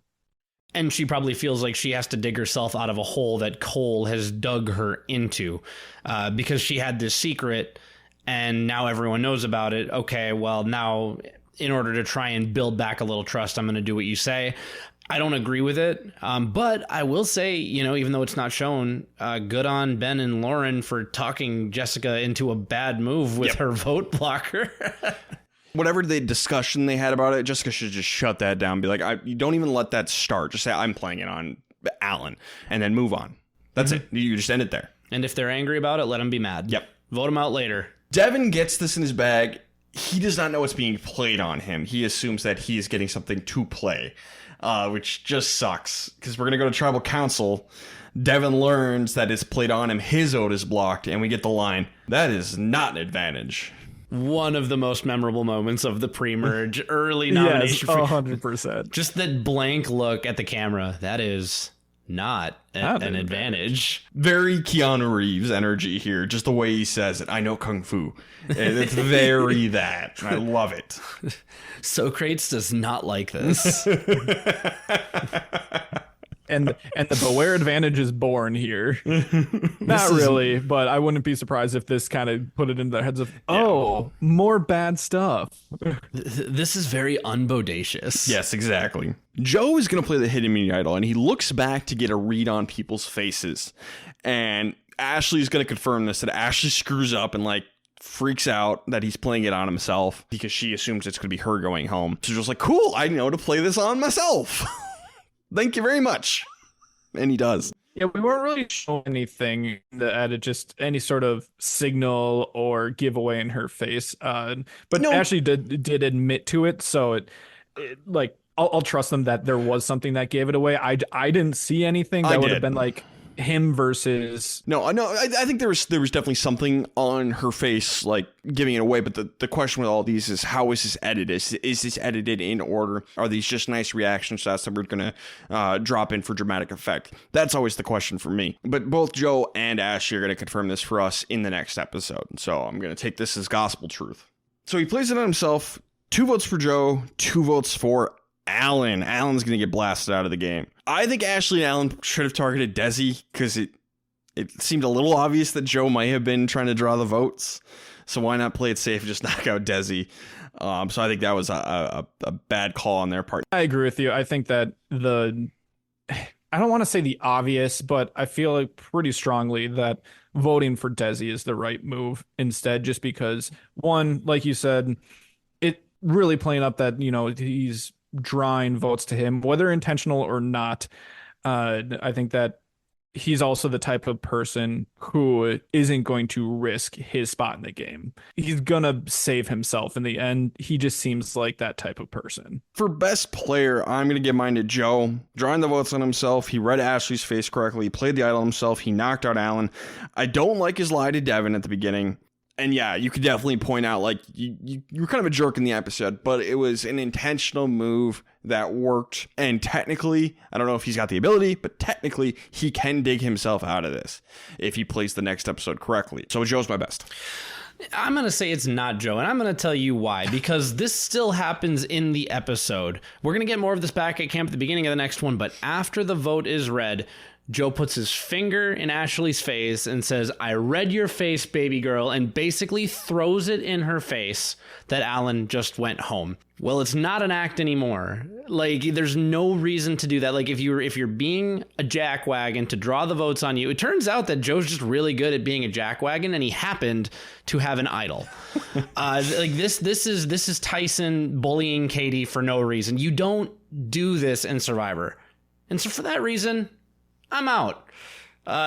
Joe gets a fork stuck in him for being a jackwagon, and everybody saw that. It might be pre-merge, but no, you don't have it. I gave my best to Ben, and that's before I even knew about the fact that he had basically strong-armed Jessica into going Switzerland with her advantage. But it's Ben for building those bridges, letting Cole do dumb things, and finding himself in an okay position on a swapped tribe. So I gave it to Ben, and even more so with the behind the scenes stuff a little bit that you talked about here, but even on the episode I gave it to Ben proper. So I have Ben. By the way, honorable mention to Ryan Chrissy for letting the cement finally cure on the bond that Ryan started when he gave her the super idol. So honorable mention to both of them. I'm going to agree with Derek here that it cannot be Joe. One, I still have my doubts that anything that he did was intentional. Does he make all the right moves? Yes. Yes, he does. And I'm going to give him credit for that by not giving him the worst player of the episode. I love when Josh does this. So good on him. He did just enough to not get the worst player of the episode, but yeah, he is not good socially. If Derek wasn't going to say it, I was going to say that he just rubs it in their faces, and that is the last thing that you want to do after making a great move. You want to be a gracious winner. You don't know if you're going to need these bonds at some point, and it doesn't mean that he can't, but it's going to make it just that much harder on yourself. So absolutely not him. I'm going to give it to Lauren because I thought that she was the main catalyst for exposing Cole and Jessica with the advantage. She dug with yes, obviously Cole just opened up and told her the information, but then she dug and prodded with Mike in the shelter as far as like, did you know about this? And it's what caused Mike to then go to Cole and Jessica and just kind of start this entire unraveling. So I'm going to give her a lot of credit for that because she's actually in a really tough spot and she's trying to flip that because her and Ben are on the outside of these three healers. And it just seemed like she's doing a little bit more to cause some chaos instead of Ben. I can't fight either of you on it. And I like that, Josh. I hadn't considered Lauren as strongly as I should have. Worst player, Derek, who do you got? It's Cole again. For oversharing. I don't like Joe, but he did enough right, again, to prevent him from ending up on my demerit list. But I mean, that roller coaster is changes elevation, peaks and valleys, we'll say. Whereas Cole is just kind of valley. Everything that he does manages to kind of be the wrong thing for him to do in a given moment. So, Cole. Yeah, as much as I'd love to give it to Joe, Cole exists here. So him and his golden retriever, I want to tell everyone about everything. Energy gets him the worst player. I went with Jessica for trusting Cole. And then, I know it happened off screen, but it happened. Being strong-armed into playing the vote blocker the way she did was terrible. That could have blown everything up. And it's very lucky it didn't. So I'm going to give mine to Jessica. And I know you're saying that's an off-camera thing, her getting strong-armed. Even if you just look at it on paper, Devin is not the person correct to play the vote blocker on. It was such a bad call. Yeah. So I'm going to give mine to Jessica. I'm not going to fight you. I refuse to defend it. It's fair. Cole exists, so I disagree, but I'm not going to fight with you. Episode 5, The Past Will Eat You Alive. We're going to get Ben's backstory. Ben was a Marine. So when a bunch of bamboo in the fire starts popping, kind of like explosives or bullets or fireworks, it's very triggering for Ben. So he's going to go sit in the water alone and calm down. So yeah, nice, interesting shading for Ben. Yeah, when it first happens, it almost seems like it's like, oh, did it pop and burn him or something like that? That's and then it happens again, and you start to realize, oh no, yeah, that's not what's going on here. Yeah. Devin wants to find a way to take Joe out. So he and Ashley talk, and they agree to work together, not flip on one another, and find a way to try and get Desi on their side to take out Joe. Wow. Bold. I like that Devin brings this up to Ashley, because even if it's not true, maybe this will prevent Ashley from working against you. And that way you still have the option of turning on her if you need to. Devin is being genuine here, but he does set himself up for success. And that's all you can do is set the table. And I think Devin both and Ashley, this is something that you need to be thinking about, especially if you guys end up going back to Tribal against Joe and Desi together. And they have the bond because they're both beach people. Just kind of like Ashley and JP, they have that beach hangout Baywatch energy. So yeah, the bond is strong here. At the reward challenge, Ryan is going to blow it. But afterwards, he's going to talk to us about, yeah, I blew it. That is not my strength in this game. I'm going to use my strengths, which is my social game, making people laugh. And he's 100% right. You got to play to your strengths. And Ryan does that here. However, he does not continue doing it. Ryan makes some questionable moves here, but I like this confessional. He makes a really good point because Ryan is tiny. He's one of the tiniest men we've ever had on the show. He's just skinny and small. Allie and Rourke bond. And like on Levu, we had two pairs and someone in the middle. And, you pull over the person in the middle to get a trio. And so on paper, you'd think that's what's happening here. So from Allie's perspective, this makes perfect sense. It's the person who can bring over Rourke and then you could take out the other two. She does not know about the super idol bond between Ryan and Chrissy, which just sucks for Allie. That is so unfortunate. Man, it sure would suck just having information that you didn't know about someone else in the game. So yeah, they plan on working together and then taking out a hero. Allie's going to fill in Ryan on this situation. Like, I think we got Rourke. I think we're good. Ryan does not say a word about his alliance with Chrissy. And Ryan is going to get kind of stuck in the middle here, or he's going to have to pick basically between Chrissy's side and Allie's side. And all of this could have been avoided if he just told Allie, who is his alliance member, his closest partner at this point. All he's got to say is like, I have Chrissy. Like, we are tight. We're both from New Jersey. We're good. I have Chrissy and I feel great about it. And if he just communicated that, all of this could have been prevented. The fallout of what's going to happen with this tribe. Cole is a very gross eater, just kind of gross about how he eats, and it really pissing off Lauren and Ben. And Jessica is realizing more and more like she cannot put all of her eggs in the Cole basket. So she decides to maybe find a different alliance partner, a different number one if Cole is unreliable, and that is Mike. So they talk, they bond, they go idol hunting, and Mike is going to find it with Jessica right there. So Mike has the idol here. Yeah, and they use, that past information of, we know that the idol is going to be around the well, going to look around a little bit, even if it's not exactly in the same spot as, what we heard from the previous one, at least we can search. Yep. And they find it without a clue. It's just like hearsay from Cole to Jessica to Mike, and Mike finds it. At the immunity challenge, Yawa and Levu win, sending Soko to Tribal Council, and Chrissy is blamed for the loss because it's the one where you have to stand on a balance beam and get a ball up a wall of holes. And she would not step down. But she's going to say, I asked if anyone wanted to step in for me. I looked back and asked, like, does anybody want in? And nobody did it. She's got a point. Did that actually happen? Yes. Because I couldn't remember that actually happening after the fact. Because I know they said, hey, do you want to swap? But I just completely missed that Chrissy said that. So I did a little bit of rewinding, and I wanted to try and check the receipts on this. They don't really show Chrissy turning back and explicitly saying, does anyone else want to step in? But what they do show is her looking back several times. And the other notable thing is that when Chrissy brings this up at Tribal Council, literally nobody fights her on it. So it's like, you guys left me in a situation to try and pin this on me. Clearly nobody else wanted to try hard enough to get up and try. So yeah, I kept fighting. And I think this is effective. And I think this is, again, one of those situations where the truth does set her free in the situation. It doesn't necessarily change the target. But if you're going to accuse somebody of, pulling a Patrick, it better be true. Yep. You guys have better offered to have stepped in. So they lose. Rourke and Allie agree to take out Chrissy because JP's the other one. And you want to keep JP because obviously Chrissy is going to go to Rourke and try and talk strategy with her. And she even admits she has not spoken to Rourke a word of strategy yet. Until this moment, we've been here for how many days, but it doesn't talk strategy until she needs her, or at least wants to pretend to need her. WTF is my note, because just on paper, back up, let's say the Ryan and Chrissy thing wasn't here, there was no super idol. Well, on paper, ideally, you want to pull in Rourke and take out a hustler.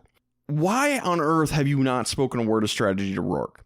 And reading between the lines and based on previous interviews, I think Chrissy wants to be the smartest one in the room. She had some issues with some of the women on this season, so it's probably something like that. But that is bad on Chrissy's part. And yes, Rourke could have gone to Chrissy, but Rourke is the swing. This is unforgivable on Chrissy's part. It's interesting for me to think about this because one thing with Ryan, I'm not saying that Ryan is not you, Ryan Ulrich. He might come across as a little taciturn, a little tepid at times. And the fact that his alliance with Chrissy, although they have connected finally and they've been able to kind of thank each other for this, there's nothing that's been drawn in the sand yet that they are for sure together. So by not trying to pull in the swing vote, Chrissy could be saying to Ryan, I am certain with what we're doing here, and I have JP. We already have the numbers. We should be voting out Rourke because you have Allie. So that might be the angle. That said, on paper, you should be trying to talk to and bond with everyone so that it doesn't come across as a conversation of convenience post-loss. That is unforgivable to me on Rourke and Chrissy. Given this circumstance, it's not unforgivable for Chrissy because Chrissy was probably thinking, Ryan, why aren't you telling Allie that maybe we're all together here? I think maybe indirectly Ryan is causing some problems here he doesn't know. That said, I didn't know about some of this behind the scenes stuff with Chrissy. I don't know about any of that. And if that is the case, then she needs to play better. And honestly, Rourke and Chrissy, you got to connect with each other, play better regardless. Chrissy's going to fight back a little bit on this by saying, yes, I didn't go to Rourke and try to talk strategy until after the challenge. But Rourke did the same thing to me. She didn't even try to approach me with anything. At least I approached her with this. That doesn't, excuse her from doing that. It's still bad. But Rourke, I didn't really like her attitude this entire time, and kind of just acting like she's completely in the right in the situation. I think that, much like Chrissy, she should be strategizing with everybody, at least a little bit. So I think they are both to blame, at least a little bit here. Chrissy's going to pitch an all-women's alliance to Rourke. This is not true, but she's going to say it. And Rourke's just like, yeah, sure, I guess, whatever. And so Chrissy uses that to go to JP to convince him to take out Rourke. Like, oh, yeah, she suggested a women's alliance. He's like, oh, she's got to go. Easy. Doesn't even think about it. Okay, now I'm starting to believe that JP is a walking NPC. He didn't even question it. He's just like, well, makes sense. Ryan's the swing vote. And it's so stupid that he is the swing vote. This is so preventable. So at Tribal Council, Chrissy gets criticized a lot. She throws it back at Rourke. It's not great. It's going to be 3 votes for Rourke, 2 votes for Chrissy, because Ryan joined the Chrissy and JP group to take out Rourke, but did not tell Allie, his closest ally up to this point on this tribe. Why? I'm wondering if him and Allie just aren't actually that close. They came from the same original tribe. His number 1 over there was Devin. He now has another number 1, which, great on him for having 2 number 1s in Chrissy. So does he really just not care? I mean, not saying that that's good. Like, you should always care about all your relationships out there. But is he actually just not as close with Allie as what we're led to believe? I don't know. I don't really care. This is not forgivable. This is so bad. Ryan, you disappoint the Ryans with this move. This is so bad. And again, I know that I've done this several times, this pre-merge, but so oftentimes we get a little bit of context from the first 5 minutes of the next episode. So if I'm just reaching in and plucking that for a second to try and give us context, Ryan seems dead set convinced that Rourke and Allie were like best friends. Not that they were like close. It was beyond that. It maybe even felt like Ryan had felt a bit of replacement over that time.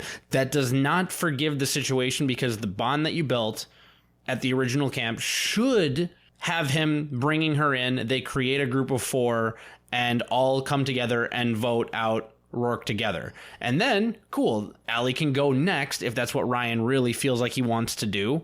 But at least you didn't lose an ally in the meantime. The only reason you do something like this is if you are fearful of an idol or something. Like Rourke has an idol and she's told you about it, and she's using that to strong arm Allie and Ryan into taking out a hero. But even then, it's still not a perfect plan. No, this was so avoidable. And you can't even blame Allie because, on paper, not knowing about the super idol thing, Rourke's the swing. You recruit her. Allie getting close to Rourke is the most logical thing in the world to try and bring her over because she doesn't know. Ryan should know that. It's like he expected her to know not to get close to Rourke, which doesn't make any sense. All Ryan had to do is tell Allie, hey, I have Chrissy. Let's take out Rourke, and then we can take out JP next time if we need to. That's all he had to do. And he would have had 2 super tight allies. What he ended up doing is he exchanges a really close ally that he has voted with before for a new ally that he has not voted with before until now. And that is not smart. He could have found a way to make this work, to get all of these people together, and he didn't even try. So, horrible. I'm mad at my winner pick. Ryan, how you feel about your winner pick? Just checking in. Not great. Not great, Bob. Like, it could still work out for him. Like, it's not like he's getting, like, who's a hated, the Shannon Elkins Nicaragua edit or something like that. Right. It's not like that. But this was a stupid move. So goodbye, Rourke. Josh, best player of the episode. I had a very not confident Chrissy here just because it worked out. Like, it worked out for her, and there wasn't a whole lot of good gameplay going on in this episode. So, right side of the vote, Ryan ended up going with her when he really didn't. Like, in theory, we haven't put pen to paper yet. He technically did not have to. So, you've made this new number one alliance member, or at least a second close alliance member. We have to remember Ben exists still. I think that solidifying that was great for her in this, and also between her and Rourke, they were really butting heads, and she ended up winning out. I had Jessica. I stayed away from this tribe. She's getting them away from Cole, trying to find a new ally in Mike, and she was there when he found the idol. She knows about it. So I gave mine to Chrissy, and it's because in my consideration for these things historically, if you are going to break a Survivor rule, you better be right. And again, on paper, Chrissy not talking to Rourke is a bad thing. But she had a much better plan in place due to unique circumstances. Rourke immediately went home. Congratulations. The person you never talked to is now gone. And it's not your fault that Allie was left out on this. That's on Ryan. Granted, I can't remember the person's name from Token Sheens, but like, you got to check in on this stuff. Brendan, yeah, for the dragon from Token Sheens. Like, you got to check in on this stuff. Like, maybe Chrissy should be talking to Ryan. Hey, are you trying to bring Allie into the fold here? You could be a little more proactive with that. So I still have Chrissy as a soft best, but I actually had a good honorable mention to Mike for finding the idol and also bonding with Jessica. Either way, Jessica and Mike are kind of pushing Cole out a little bit, and I had that as great for both of them. What you both described as a reason to not give Chrissy worst player, not a reason to give Chrissy best player. I will say honorable mention to Jessica, because she is now actively recognizing her situation in the game and relationship with Cole. So I will say honorable mention to her for that. No, hold on. I want to say this. Ryan, just you saying that I described a reason not to give Chrissy worst player. When you said it, it landed right. My best is Mike. Okay. Thank you. I'm willing to do that this time, because when you said it, I'm like, you know what? He's right. Ryan is right. Usually am. No, not usually. Almost always. The 60% of the time, you're right every time. 99.9% of the time. But you've convinced me. Okay. I will give it to Mike, and I will stay away from this tribe for now. For worst player, I have Ryan. He didn't pull Chrissy and Allie in together. He betrayed Allie. Just bad. Oh, yeah. It's Ryan every day of the week, twice on Sunday. But I'm still giving another dishonorable mention to Cole for annoying people at his camp and having bad eating etiquette and just being Cole, being himself. Yeah, it helps that Allie has no, she did nothing wrong, really, in hindsight. So I'm going to give it to Ryan. I was considering Allie before, but the fact that there was another option here that just was completely ignored, it doesn't look good. No. Here's what I want. Ryan Ulrich, big fan of the podcast, maybe not anymore after hearing this, but Ryan, tell us why you did not want to bring Allie into the fold here. And maybe I should check some exit interviews and see what happened, like if they talk about that at all. But I want to know why you didn't bring her into the fold here, or Allie, a big fan of the podcast. Is it possible that you alienated Ryan by getting too close to Rourke too quickly? I have questions. Absolutely not. I have questions. If that is Ryan's answer, that Allie got too close to Rourke too quickly, that is a bunch of BS, and that is stupid. Well, I'm just looking for the reason. I don't care how bad the reason is. I just want to know it. It's a bad reason.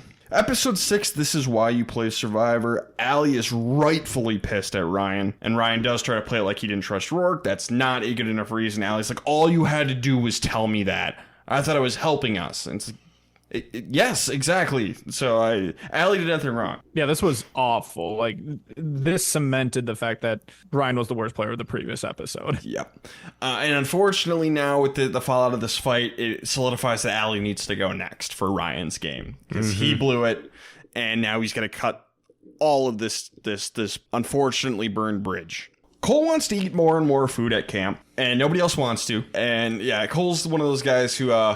he's like a bottomless pit. Golden retriever could just eat and eat and eat. Again, low body fat, high body muscle, going on Survivor, starvation. Bad call. Bad. And Ben actually says, like, dude, maybe you should have packed on some weight before you came out. Yes. Yep. Yes, yeah, don't go for the six pack. Go for the nice beer belly. Yeah. So Ben and Lauren are going to use this to try and work on flipping Mike some more. Ashley works on getting Desi to flip on Joe. Desi's open to it. Like, she's got no real loyalty to Joe at all and will cut him if need be. Fair enough. Joe is going to find the idol clue with Devin nearby. Devin is trying to pull the babysitting strategy, not doing a good enough job because Joe was able to find the clue, get the idol, and then apparently he went and destroyed the clue later. So yeah, Joe has an idol again. So, good job, Joe.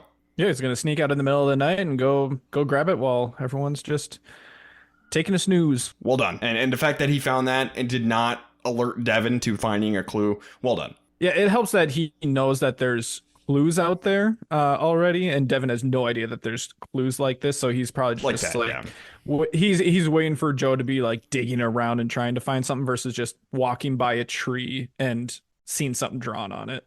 Well, bad on Devin. Whoops. Cole is gonna collapse, so yes, he probably should have eaten more food, but also he shouldn't be working on his 6-pack before Survivor. Like I said, he's the Love Island guy, not a Survivor guy. So Mike and Jessica, who are both healthcare healers, if you will, snap into healthcare mode. And it's really funny because now Mike is like, okay, I can't rely on Cole. He could just collapse and get medically evacuated. Jessica, I think I have feelings for Cole and I really want to work with him. And I realize how much I care about him. Oh my God.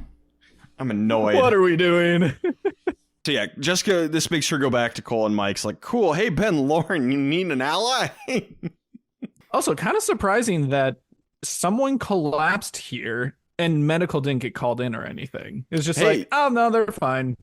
You got 2 healers. You don't need medical. They could have cut all of the medical staff for the season because you got all these healers running around. Maybe they were right there, but they're like, don't worry, guys, we got this. We'll handle this. Good TV. It's better TV this way. Yeah, for sure. Jeff palm sweaty in the background thinking about Caleb from Korong. At the immunity challenge, Yawa and Levu win, so Soko is going back to tribal council. Allie is very much the target. The show tries to tease us that JP is such a physical threat that he should go home instead, but that was never happening. No. That is the biggest red herring since Patrick's hair. That's a funny joke. If you say so. Nobody's laughing. It is perfect. Boo. Boo. So Ryan and Allie, they do apologize to each other and do talk about trying to get Chrissy on board to take out JP. And, maybe Ryan did consider it. I don't know. But, honestly, after the fall of the last Trouble Council, unfortunately, you have to get rid of Allie. 3 votes for Allie, 1 vote for JP. It's the right move. This bridge has burned. It's still standing. It's all charcoal at this point. One good knock is going to knock it down. Might as well knock it down. So it sucks for Allie. I feel really bad for her.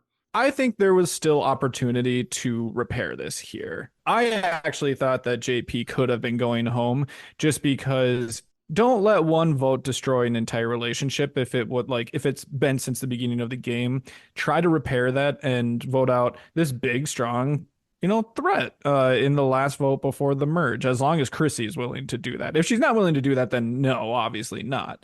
But if she is willing to do that, then it might be a good opportunity. So I could see that going either way. Ryan can never trust Allie again, and he should not. He burned her so badly that Allie has every right to want to get that hatchet that Alan and Ashley buried and just put it right through Ryan's skull. No, he cannot trust Allie again. It's self-inflicted. He did this to himself and Allie. But once you've dug yourself a hole, we're in a new episode now. What do you do? So I feel awful for Allie. I would really like to see her come back and play again because she got boned. What I'll say is Ryan is, I think Ryan's right. I wasn't convinced for a moment that JP was going to be leaving because, all things aside, Chrissy has no reason to want JP out that badly, especially because, again, the guy is, as we've said, kind of a walking NPC. He seems like the guy, lowest common denominator. I'm not here to create chaos. Let's just get to the end together. A little bit of David from 48 in him, but not aggro about anything. Just can we just find a group and make it to the end, please? Whereas Allie, savvy player, definite potential. Bring Allie back. I think watching this Premerge has convinced me more than ever she might be one of the best players to not get a real chance to get a foothold in the game of Survivor. Yeah, I think if you take every pre-merger all time who is someone who did not make the merge, hasn't played again. So let's just stick with newbies. Allie is one of the best. To the 2 that immediately come to mind for me, another one that we covered on the podcast, so I can talk about this, but kind of a spoiler for season 39. Chelsea DLC from 39. Yep. And Allie here in 35. Previously mentioned Brian Corden. I would put him in that category too. Yep. Just a bad break. Took out someone with a ton of potential. I think Allie's one of those people. Allie's infinitely more dangerous than JP. Like, they call JP a threat. No. It's not even comparable how much more of a threat Allie is than JP. Mm-hmm. So, yeah, pretty straightforward. Allie goes home. It was the right call, unfortunately. Derek, who's your best player of the episode? Yeah, for my best player, I have Dr. Mike for building those bonds with Ben kind of across the aisle a little bit, solidifying that he still has his idol moving into a merge that's really, really good. I think there's an argument here that, like, okay, within this episode, Ryan did the right thing. But again, the fight at the beginning of this episode within this episode is still his fault. So I couldn't do it for him. I gave it to Dr. Mike. Honorable mention to Ben for being on the other side of that bond with Dr. Mike. Josh. I gave it to Chrissy. I didn't have a great reason why, and more so just that everything got just further cemented here. She kept JP around, a close member of her alliance, and it's down to basically a really tight group here. We know that we're going into the merge, but as far as being split up into different tribes and, where you're going to go from there into the merge, it seems like she's now setting herself up to be in just an excellent spot, just alliance wise. So again, kind of like last episode, I'm not super strong about it, but it just felt like, I just think that she's in a really good spot, and that's why I gave it to her. My best player is Joe, because he found the idol clue in front of Devin, and Devin didn't notice, and then he got the idol. That's fair. This is the part where I ask you to change your minds. Especially you, Josh. I don't like Joe. That's not the question. That is not the question. The question is, who is the best player of the episode?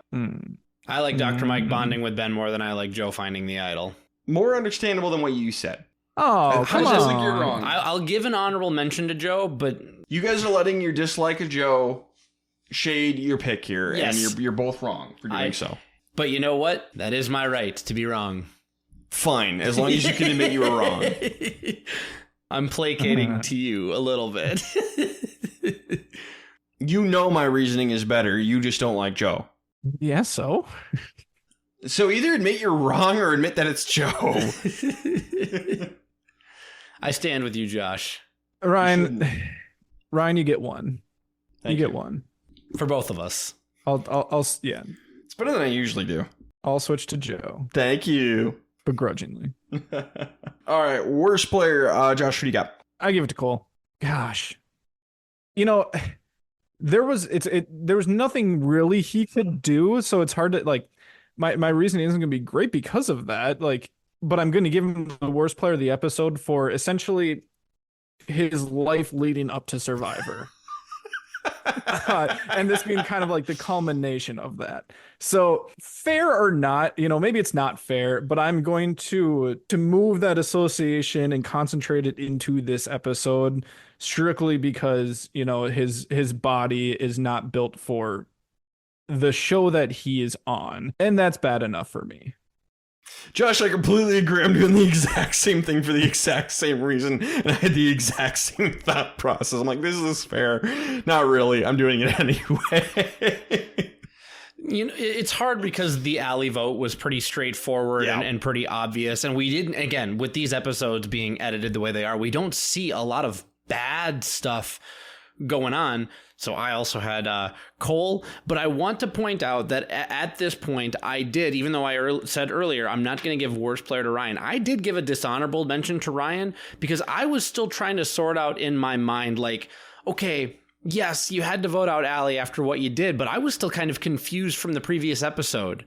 And because the fight spilled over into the beginning of this one, I'm just like, Ryan, why did you do this? What did you, like, Ryan Ulrich, sorry, Ryan. Yes. Ryan Ulrich, why did you do this? You would have had so many more options if you played this just smarter. So this episode is kind of him at the beginning, well, actually, and at the end, voting out Allie, facing the consequences, like the fallout of all of his good intentions. Mm-hmm. So it's not strong enough to give it to him because he made the right move within this episode, but it's kind of a 2-episode bit of fall from grace for Ryan. Is that the first time Ryan Ulrich has ever been compared to Ethan Hunt? Correct, and I did it on purpose. But what a legendary line in Mission Impossible Fallout.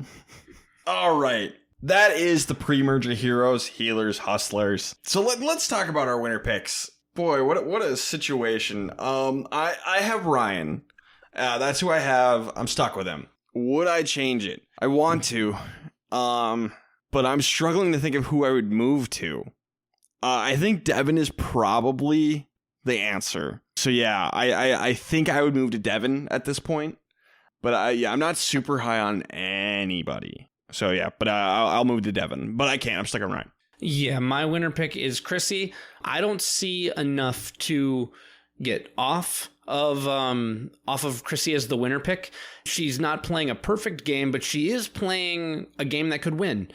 She has a lot of options. She's got ties on multiple places, and if you look at the people that she's playing with, at least on paper, she can beat them all. So I'm comfortable sticking with Chrissy. If I were to move, it would be maybe to Devin. But like Ryan said, kind of moving into a merge situation, I don't feel good about anyone. Notice how I said there's no reason to move off of Chrissy.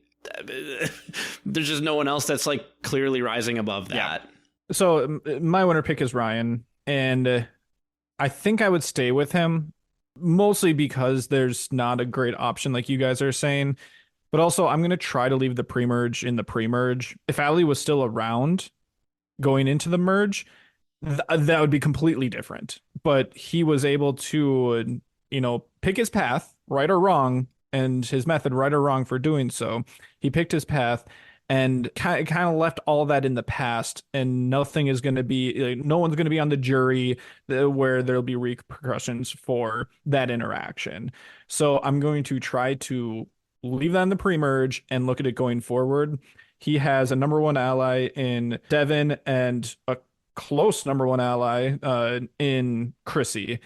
So I think he has multiple paths forward and the ability to move hopefully fluidly in the post-merge.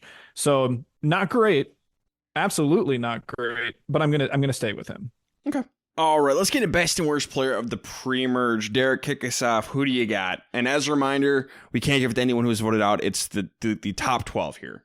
Yeah, so I had a hard time with best player of the pre-merge, and I put down two people with question marks. One is Chrissy, because we were able to see a lot of her game, although imperfect. I don't like the situation where she wasn't talking with Rourke, but I do like how when she was put up against the wall, she was able to come out victorious a couple times. I like that she still has this fake idol that could be potentially become quite powerful in a post-merge situation. She's got a couple number ones, cross-tribe pollination, and everyone that really has an axe to grind with her is gone. So I like that, but gosh, there's a lot to be desired. There's a lot of meat left on the bone there. The other person I had was Devin. The reason I have a hard time picking Devin is, even though he's kind of a classic Derek pick, a little bit more camouflaged, is that, well, he has social grace. Obviously, the last time we saw him, he was receiving something that was not an advantage, and we really haven't seen him do anything since, other than, I guess, accidentally let Joe find another idol. But at least he was out there, not expecting a clue to be carved into the side of a tree. That said, he still has options. So I'm landing on Chrissy just because her game was a little more visible. Sure. With a little more things to actually hang on that Christmas tree, if it makes sense. But I want both of you to know that I'm open to changing this, and I don't feel great about it. Gosh, it's tough. I think there's four. I think there's four people. I think it's Ryan and Chrissy, and then I think that it's Devin and Lauren. I really liked Lauren on this rewatch through, and I even gave her 2 best players of the episode here in the pre-merge. I'm going to exclude her, remove her from consideration, because I don't think that, while she's made good moves to keep herself alive, I don't think she's made those really tight connections. I don't think she has, a number one person. So I'm going to remove her from the conversation just based off of the last episode. I'm going to remove Ryan from the conversation as well. Up until that episode, I think it was a slam dunk as him. But, sucks to suck. So that leaves Chrissy and Devin. Whoa. Yeah, I think I'm going to go with Chrissy here. It's close, but I think the fact that she's super close with both Ryan and with Ben, and it seems like a little bit with JP even. I think that she is set up a lot better going forward than Devin. Yes, he has both Ryan and apparently Ashley, but I'm not really sure how serious that one is. So I'm gonna lean towards Chrissy. It's funny. Last season I mentioned that we exclude the pre-mergers, people who voted out pre-merge from being best or worst. This is and I said, Sandra might be the best player of Game Changers if we are allowed to include her in the pre-merge. It could be Allie. If Allie was eligible, it could be Allie. But I'm not gonna do that. I had it down to two. Lauren and the person I think who had the highest highs, but I'm not gonna give it to him, is Joe. I think Joe reached the highest ceiling of anybody in this pre-merge, but I can't give him best player of the pre-merge. But I'll give him like the highlight kind of thing. But he's got enough flaws where I can't give it to him. And that's the big problem here is I think everybody is flawed. So who is the least flawed? Lauren, probably. So I'm going to go with Lauren. Honorable mention to Joe. Well, Josh agreed with me, and I am not convinced of Lauren. She didn't even make my short list. I was surprised to hear Josh, and now to hear you actually give it to her. I felt like she left a lot to desire socially. She admitted, I believe, in a confessional that she was kind of a loner. Yep. She's not used to this kind of stuff. Yep.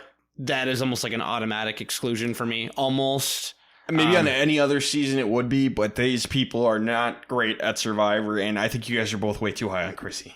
I'm not high on her. I just gave her best for the pre-merge. I'm actually, I was looking for a reason not to give it to Chrissy. Me too. But you guys are still too high on Chrissy. Let that sink in. We'll see. Again, with this cast, I don't know. I really don't know. With this edit, with 90-minute episodes, Sure. Maybe it'd be someone else. Josh, worst player of the pre-merge. It's Cole. Yep. Man, Cole. would I love to give it to Joe, but it's Cole. It's Cole. Slam dunk. Yeah, we don't even need to talk about it. Showman's golden retriever. Yeah, exactly. Let's wrap this up. So that's the pre-merge. We're going into the post-merge. I think things will get more interesting in the post-merge. Definitely more controversial in the post-merge. Any other thoughts on anything we missed? I don't think so. I'm ready to get into the post-merge on this one. I'm excited to get into the post-merge just because I have really strong opinions about the late part of the game, but I've only watched this season once, and maybe it's just because of immediate reactions, and I've kept that opinion the entire time, and I'm really curious if my opinions change the second time around.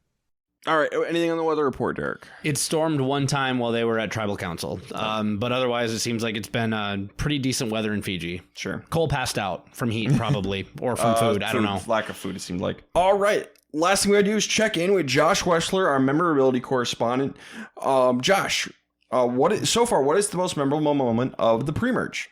Yeah, there wasn't a whole lot here. Honestly, the only two that I had marked down were ones that you guys had brought up because there weren't any that stood out while I was rewatching through. It's like, yes, that's definitely one. So we had the Allen blow up really early on in the season, specifically, having JP strip search.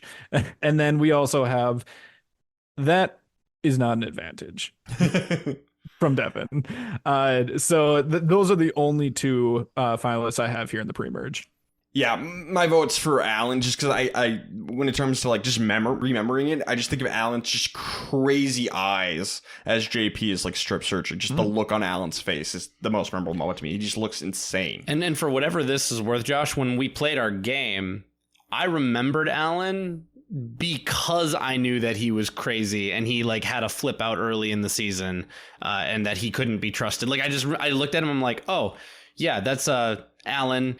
He played corner for the Seahawks and he's not a good Survivor player. I appreciate that you guys both have that opinion, but I'm going to not go that direction. That's fine. I'm going to go with Devin, and this is not an advantage. Alan was not one of the people that I remembered in our pre-merge or in our pre-game, trivia, remembering everyone. So I feel like that disqualifies him automatically. Okay, fair enough. We'll see if anything in the post-merge beats it. I think it will. Yes. Yes. And not for good reasons. Not for great reasons. There's a little tease for you for those who don't know. If you know, you know. All right, that is Heroes, Healers, Hustlers pre-merge. Next time you hear from us will be the post-merge. Guys, do we have any social media we want to dig into at all, even though it's evil? Yeah, go follow us at Castaway Pod, wherever you social media, I guess. Video Castaway Consultants on Facebook, YouTube, TikTok. most importantly, as we've kind of been saying recently on our modern recaps, engage in the comments section. It's been super fun to talk to everyone on the live recaps week to week, but this is our first rewind episode in a few months. So any opinions on heroes, healers, hustlers, any hot takes, toss them in the comments section.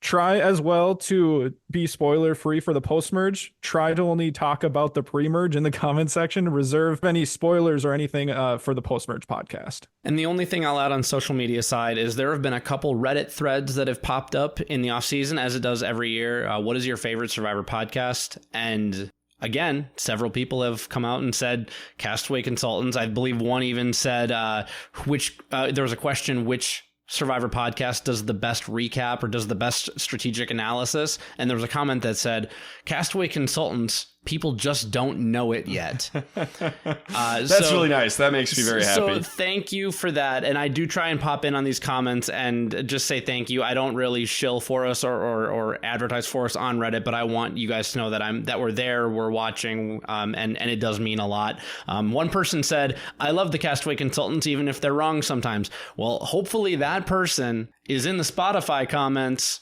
telling us exactly when and how we are wrong, because we will engage with you there as well. So thank you guys for that. All right, guys, anything else? Until next time. All right, well, this has been the Castaway Consultants. Got nothing else for you. Good night.